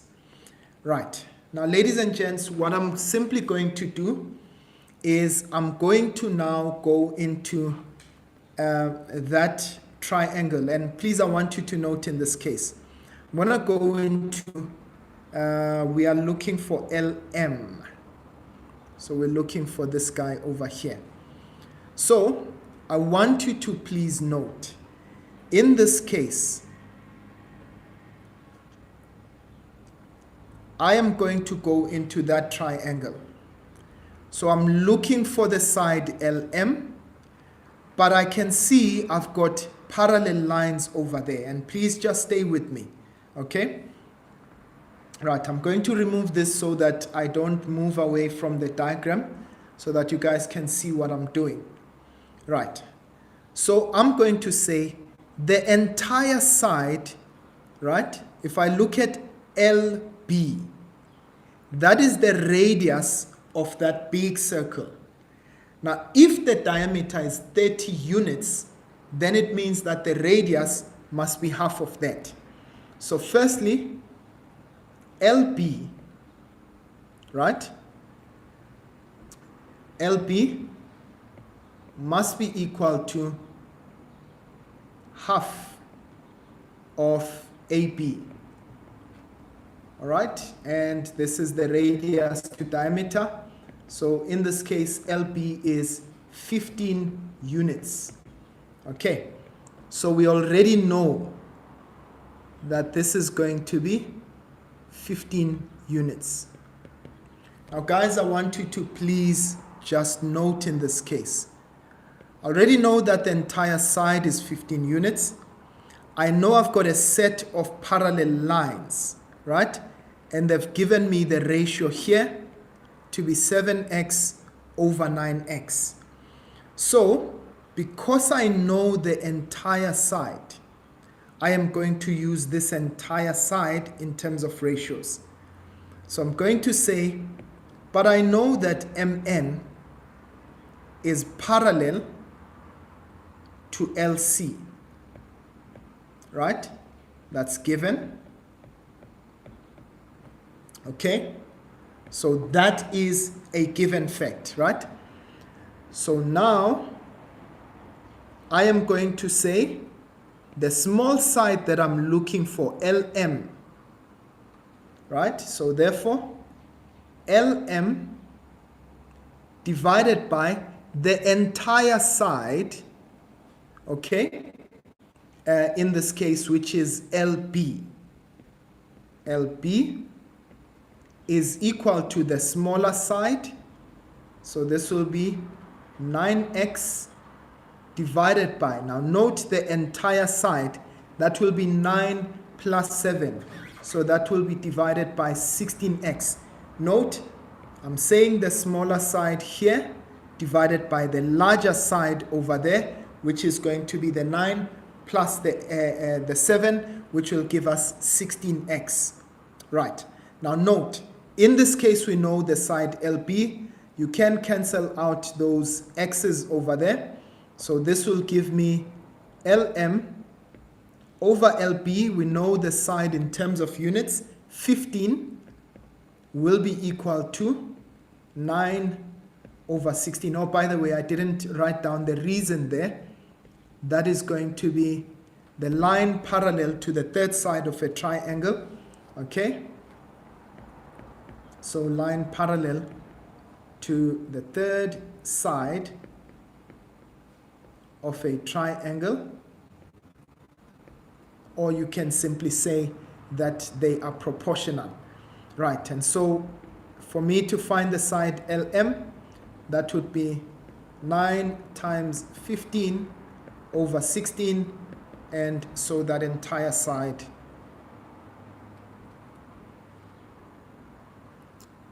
sorry, my calculator is still on. Let's go to math mode. So that's 9 times 15 divided by 16. All right, let's write it in there. Okay, right, I get 8.47, or you can say that's 135 over 16. Okay, I'm just going to round it off to 2 decimal places. So 8.44, and that's in units. All right, so that is how we are going to find that last answer there. Right, and I want to try and move towards a conclusion, and I did want to go through this one, but I don't know, man, for the sake of our time, can we... Okay, let me do this. I'm going to show you how to go about it. I'm not going to solve it all throughout, but I am getting a little bit worried now in terms of our time. Now, remember, when it comes to the proportionality theorem, guys, all that there is to it is that you still are doing Euclidean geometry, but the only difference this time around is that you're going to apply those principles just using the extension of a proportionality theorem. So what is important? For us to be able to prove that triangles are similar, all right, so let's do that first. Okay, and if you find that once you prove similarity and you use proportionality theorem, I'm sure you will be able to pick up those marks. All right, so they are giving us there, in the diagram, we've got triangle PQT, which is drawn. Right, O is the center. So there's O, which is the center. Now, the moment they give me a center, what I prefer to do, Mina, is to go and find my radii.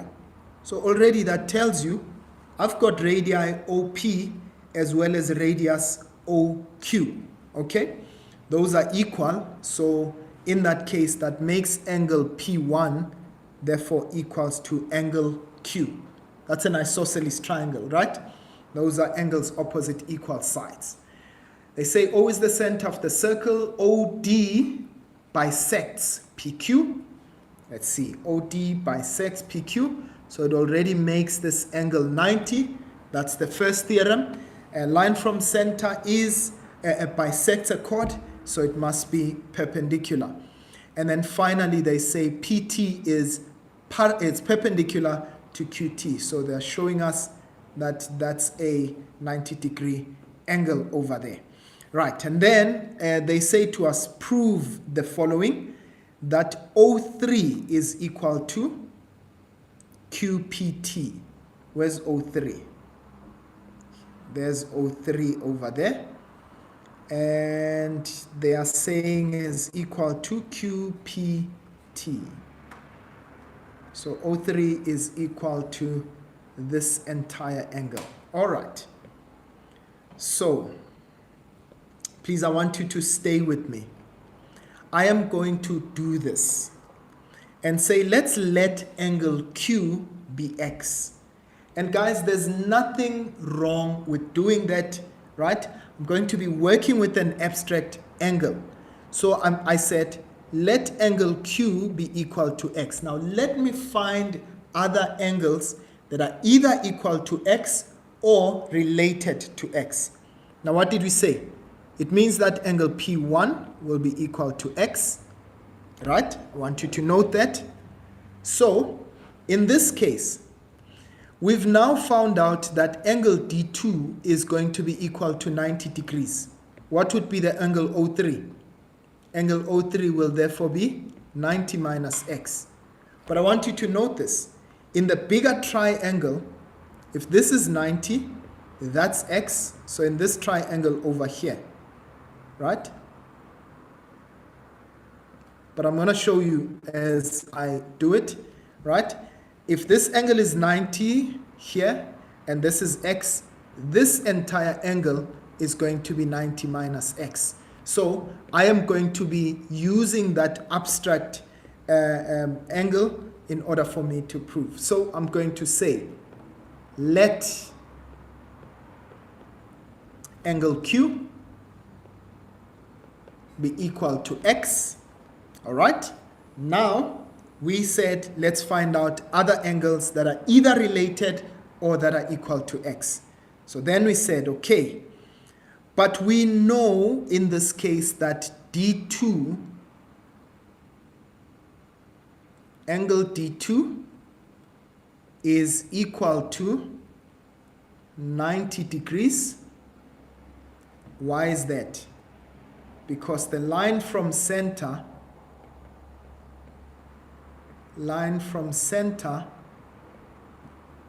bisects the chord. We're given that, né? Bisects the chord, and we know if it bisects the chord, it means that it is perpendicular. So it means that O3 plus D2 plus angle Q, that's 180. So I'm working in this triangle over here. So in this case, that's sum of angles in a triangle. So remember, these are interior angles in a triangle, right? So therefore it means that angle O3 will therefore be equal to 90 minus x. Now, what I've simply done is express O3 in a manner that, and I should have said in which triangle I was working in. So this was in triangle DQO or OQD. Okay, ODQ, right. Now we go into another triangle. Remember, I was working within this smaller triangle. Now we are going into the bigger triangle, right? So in triangle QPT, right? Angle T is equal to 90 degrees. That was given to us. Okay, so it's this angle here. And angle Q is equal to x, right? Now note in this case, you've got this equal to x. So what would be angle QPT? So therefore, angle QPT would be equal to 90 minus x. Why is that? Again, this is the interior angles in a triangle, right? So which means if I take angle Q plus angle QPT plus angle T, those would be 180. So QPT is equal to 90. So therefore, we've just discovered that angle O3 is equal to QPT. Okay, and we can say both of them are equal to 90 minus x. All right, so nothing wrong, as I said, in working with that abstract expression there. And then they said to us, we must prove that OPD is similar to QPQT. So let's go for it. OPD, so it's this guy over here, and we must prove that it's equal to PQT. All right, now note in this case again, that becomes very simple now for us. We found this equal to x. Okay, so we can say angle Q is equal to angle P1. Both of them are equal to x. All right, and note in this case we did say that so equal to P1, which is equal to x. These are angles opposite equal sides. All right, please note that. And then what else do we have?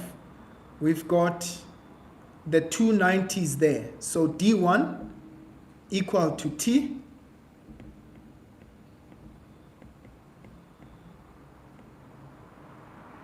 Or rather, let's say D1 is equal to 90. And we said this is line from center. We did already express this.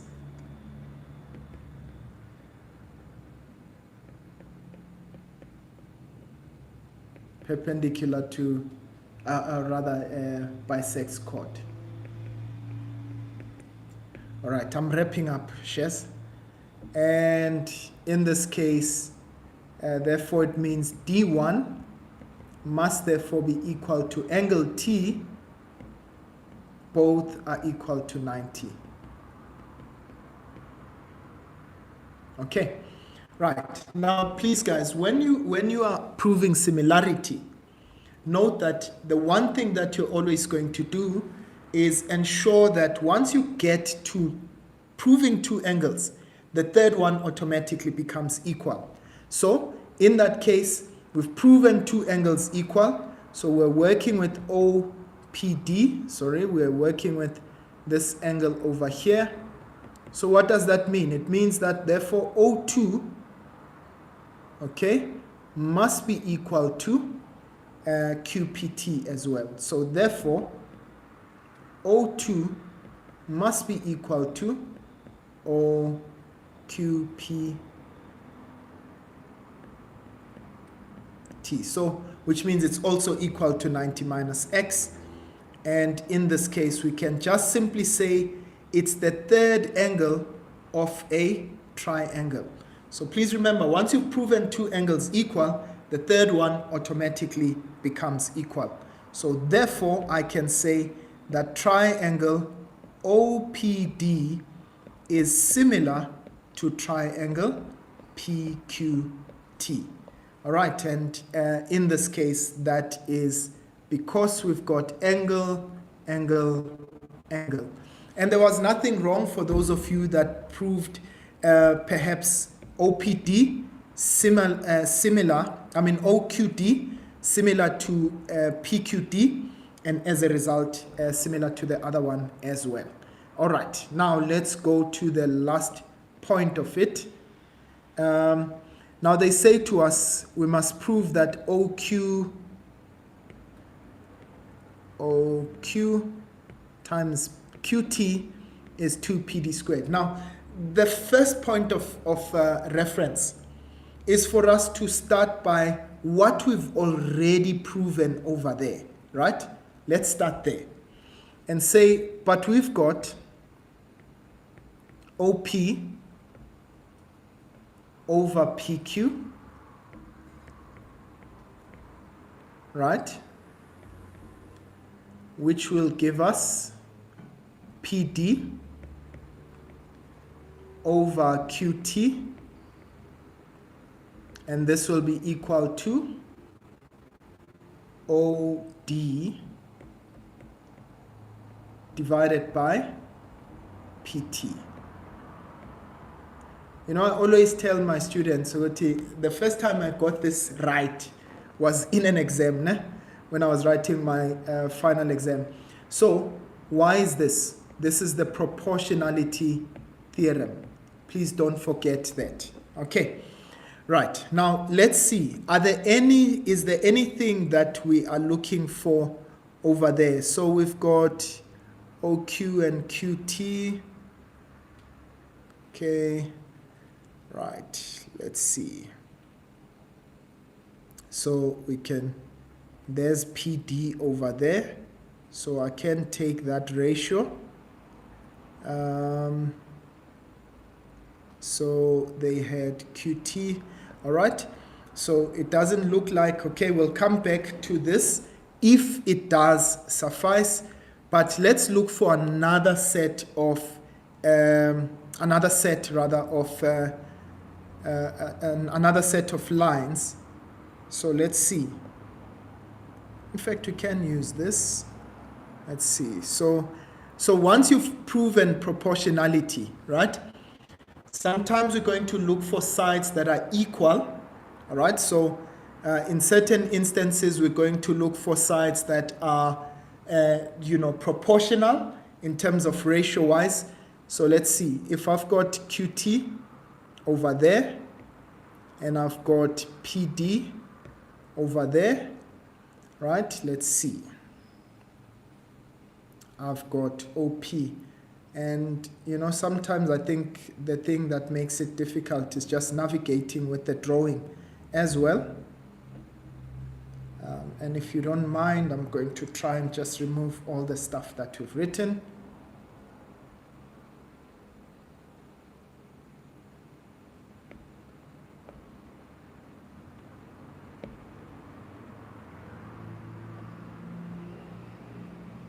All right. Okay, so we're trying to prove OQ times QT. OQ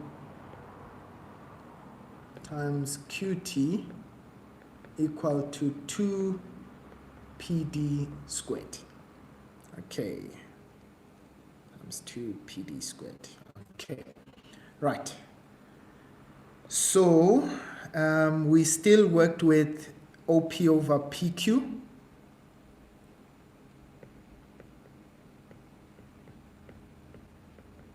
Which is equal to PD over QT, PD over QT, and this is equal to OD over PT.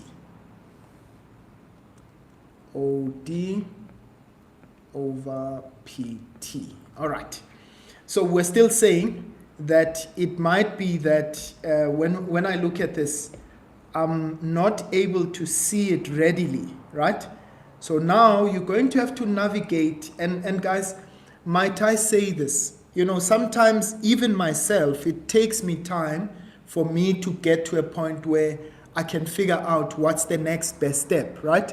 So that isn't something that is out of the ordinary. Né? So I saw that I had PD over here and I had QT over there. So already that tells me, okay, I might use this, but I've got OQ and QT. So I've got OQ and I've got QT. All right. So I've got OQ and QT. Let's see if we can be able to use those.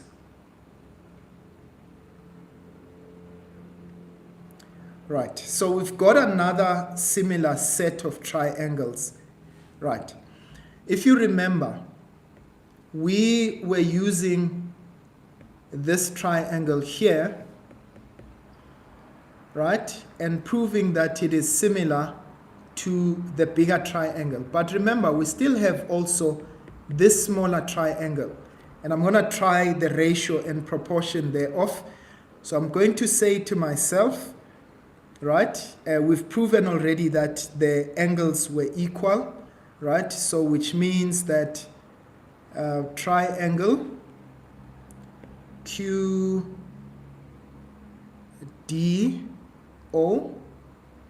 so that's QDO,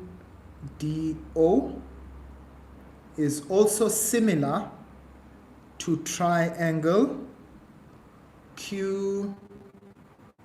Okay, I want to make sure that I make that right. TP.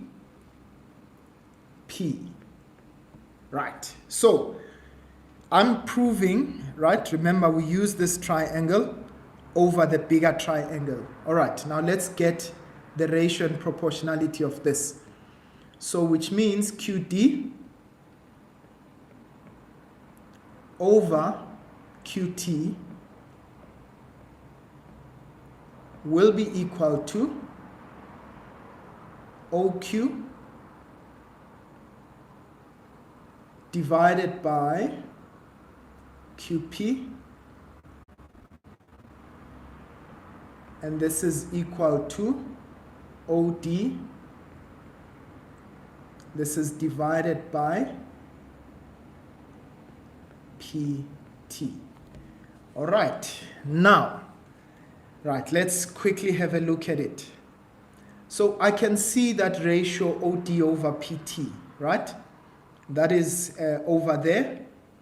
And I have got the PD over PT, PD rather. Do I have another PD? Let's see. So PD, but I know that PD is equals to DQ. Okay, right. So what I'm going to do, and please I want you to listen very carefully. So I'm going to take this ratio over here. I've got QD and QT, and I've got PD as well as PT.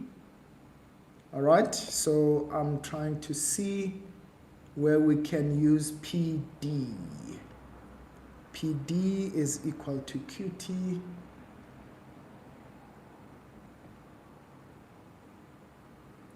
PD is equal to QT. PD is equals to QT. Yeah, I think this might take us a little bit longer.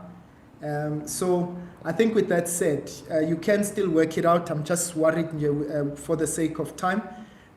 So what you're just going to simply do, and guys, where I'm just, where I just want us to go with this is that, you know, this section, I always leave it for last, right? Sometimes you can be lucky and get something that's easy and you can get it quite quickly. Sometimes you can get something that is, it's not a monster, but it would need for us to work through different permutations. I'm just, we're 10%. Can you please give me? Yeah. No, I can't. Yeah. Okay. And sometimes we can get things that are going to give us a little bit of a challenge. But I think for the sake of our time, please try and work through it. I can try to maybe post a solution later.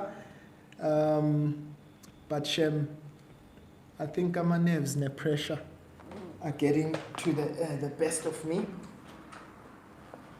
Really? Yeah. Can we request one more? One more. Please revisit question 5. No. This is the wrong charger. It's the wrong charger? Okay. Yeah, that one there. No, see. For the phone? Yeah, For this your is for iPad? for the iPad. Oh, okay, Yeah. sorry. Sorry. Okay, so just pull the cable. Okay. And then let's see. 5.2, please. Okay. So, yeah. So please, if you can try to work this out. I'm sure with these two ratios that we've got and the fact that we've got angles that are equal, or rather sides that are equal, I think we can try to work it out. Yeah, but okay. Yeah, we can work it out. All right, let's go quickly to 5.2. 5.2. Repeat, yeah. Okay. Oh, apparently you guys asked for repeat 5.2. All right, and I'm concluding with this and to give you just some nuggets for tomorrow. Now remember for 5.2, so I'm going to write it at the bottom so that it becomes a little bit more. So we had cos of 90 plus x, okay, cos of x minus 180, we had 10 of 360 plus x, and we had cos of 240, okay, multiplied by 10 of 225. And we said the first thing that you're going to do, remember, you're going to use your cast diagram. I call it a cast diagram. Some of you call it the ASTC diagram. I won't tell you what the ASTC stands for. They say all students do something, okay, which is not appropriate. Okay, so cos of 90 plus x, what do we do? So firstly, this is in the second quadrant. Remember, here's 90 here. 90 plus is in the second quadrant. So that means, firstly, cos is negative. But remember, when you've got 90 and 270, we are going to change to sine. So that's going to be minus the sine of x. And then you've got cos of x minus 180. Now, for this one, when you've got negative angles, it means we're going the opposite direction. But for you to make it easier for yourself, right, what you do is I am simply going to add 360 to this, right? When I add 360, then I'll have it as 180 plus or 180 minus. Now remember, 360 minus 180 gives me positive 180. Remember, by adding 180 or subtracting by adding 360 or subtracting 360, you would have changed nothing about your diagram, né? Right, so this would be cos of. I didn't change anything, I just added 360. So now I've got a positive 180.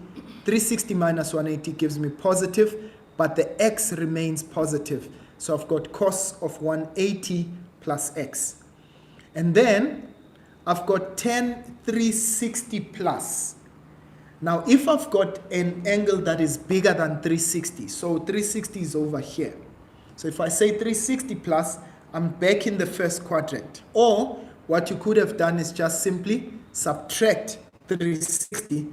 And so minus 360 plus 360 cancel each other out. So I'm left with 10 of x. Can I just switch off this AI stuff? Teacher, they're saying please do 5.4 and not 5.2. Okay, 5.4. Yeah, sorry. Okay. All right. So it's the one that we said we're going to come back to. Okay? All right. So I hope 5.2 is okay. Right. So I said we are going to come back to this, and I wanted to apply a little bit of thought into this. So we had sine of 32 is equal to t. Now, I wanted to just see if I could use any of the special angles, perhaps with 32. So if I think about it, if I've got 60 and I've got 30, I've got 45, and yeah, so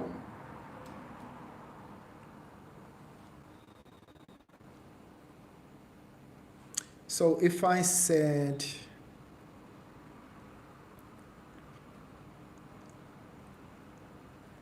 so I'm just trying to see if I can use any of my special angles for this. So that's 30, 45 to express a sine of 16.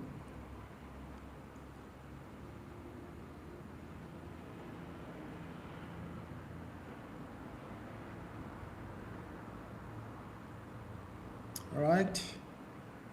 So if I said 60, 25.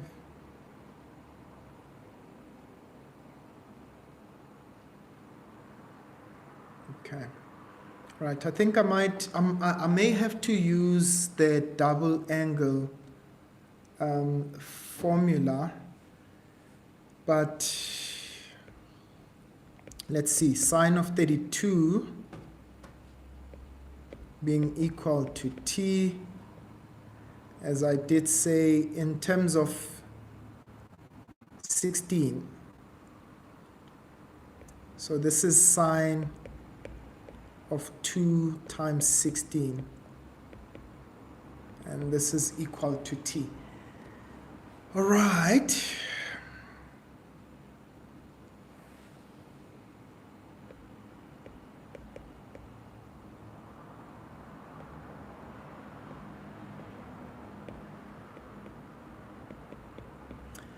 being equal to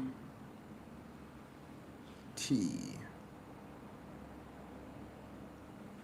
Okay, anyone who can give me some advice on how I can go about this one? For some reason. Okay, let me see. If we used, what's 90 minus 32?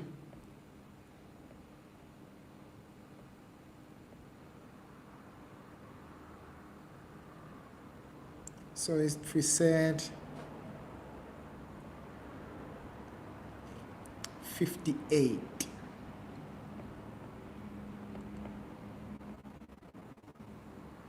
Okay.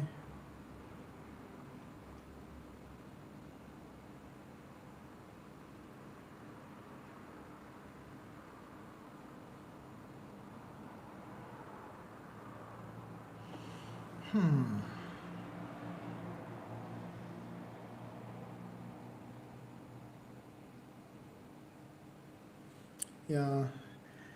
Okay, guys, I am going to have to hang in my gloves on this one. Are you seeing the suggestions? No, I'm not able to. Cos 16 is equal to t. That's incorrect, hey? Okay. Sine 16 equals to t divided by 2 cos 16. Yeah, but then it doesn't help us much. Yeah, it doesn't help us much. It gets us back to what we had. If you had, so what I'm just trying to show you guys is that at the end of the day, I need to find an expression for cos of 16. So if I just think about it in a little bit, I was trying to see if I could use special angles for it. Yeah, I'll have to really take a rain check on this. So if I said,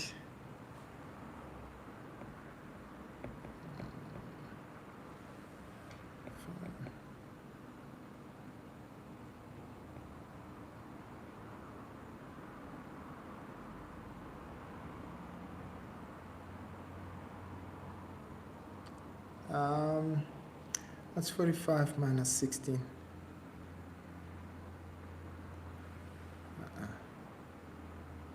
That's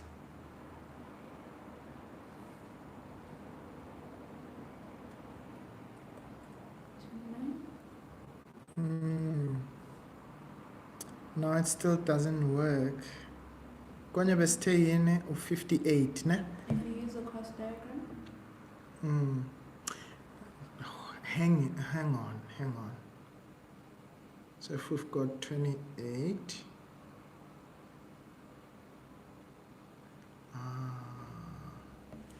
okay. I think I may have just found something. You may have found something?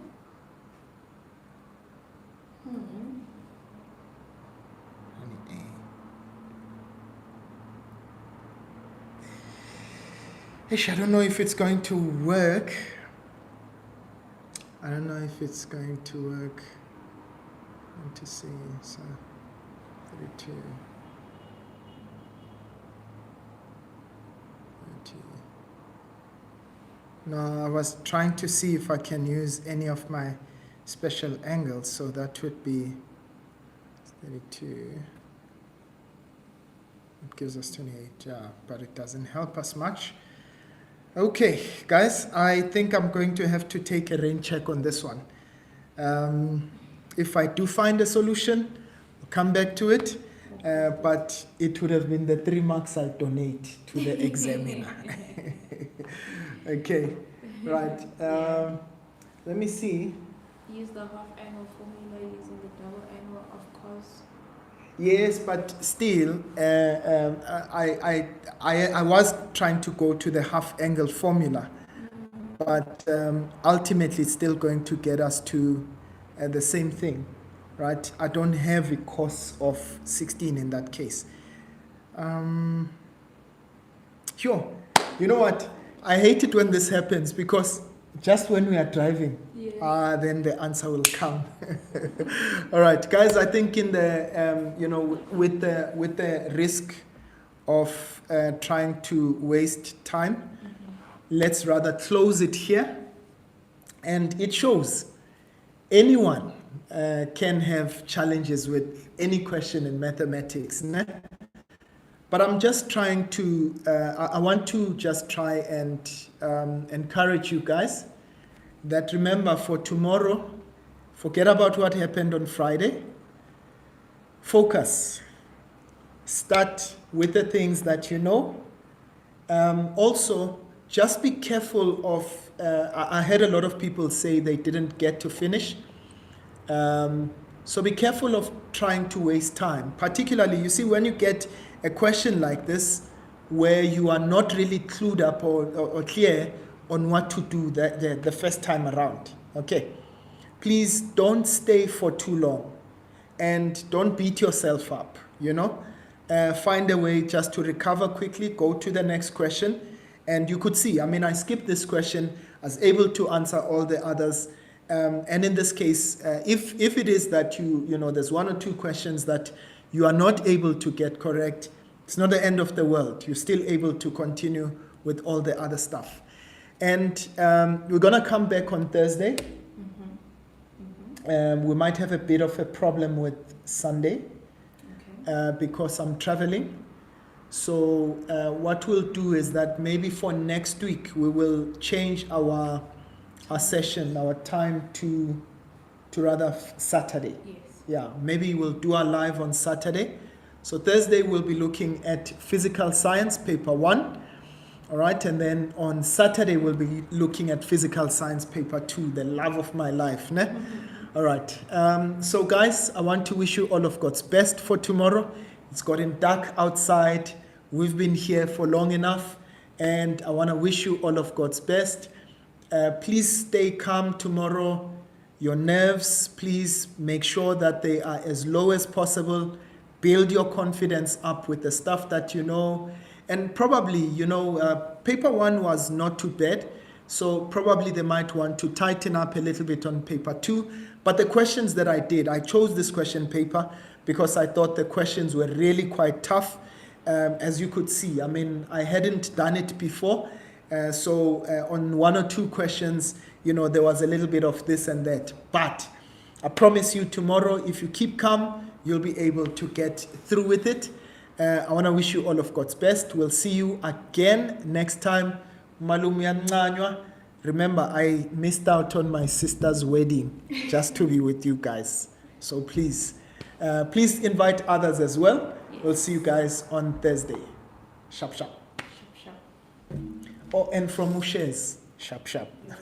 And we posted a video on Trig and Euclidean if they just want to... Oh, yes. We posted a video on Trig and Euclidean. Please have a look at that one. Just a few advices here or there that should be able to assist you. Over and out. Sharp, sharp.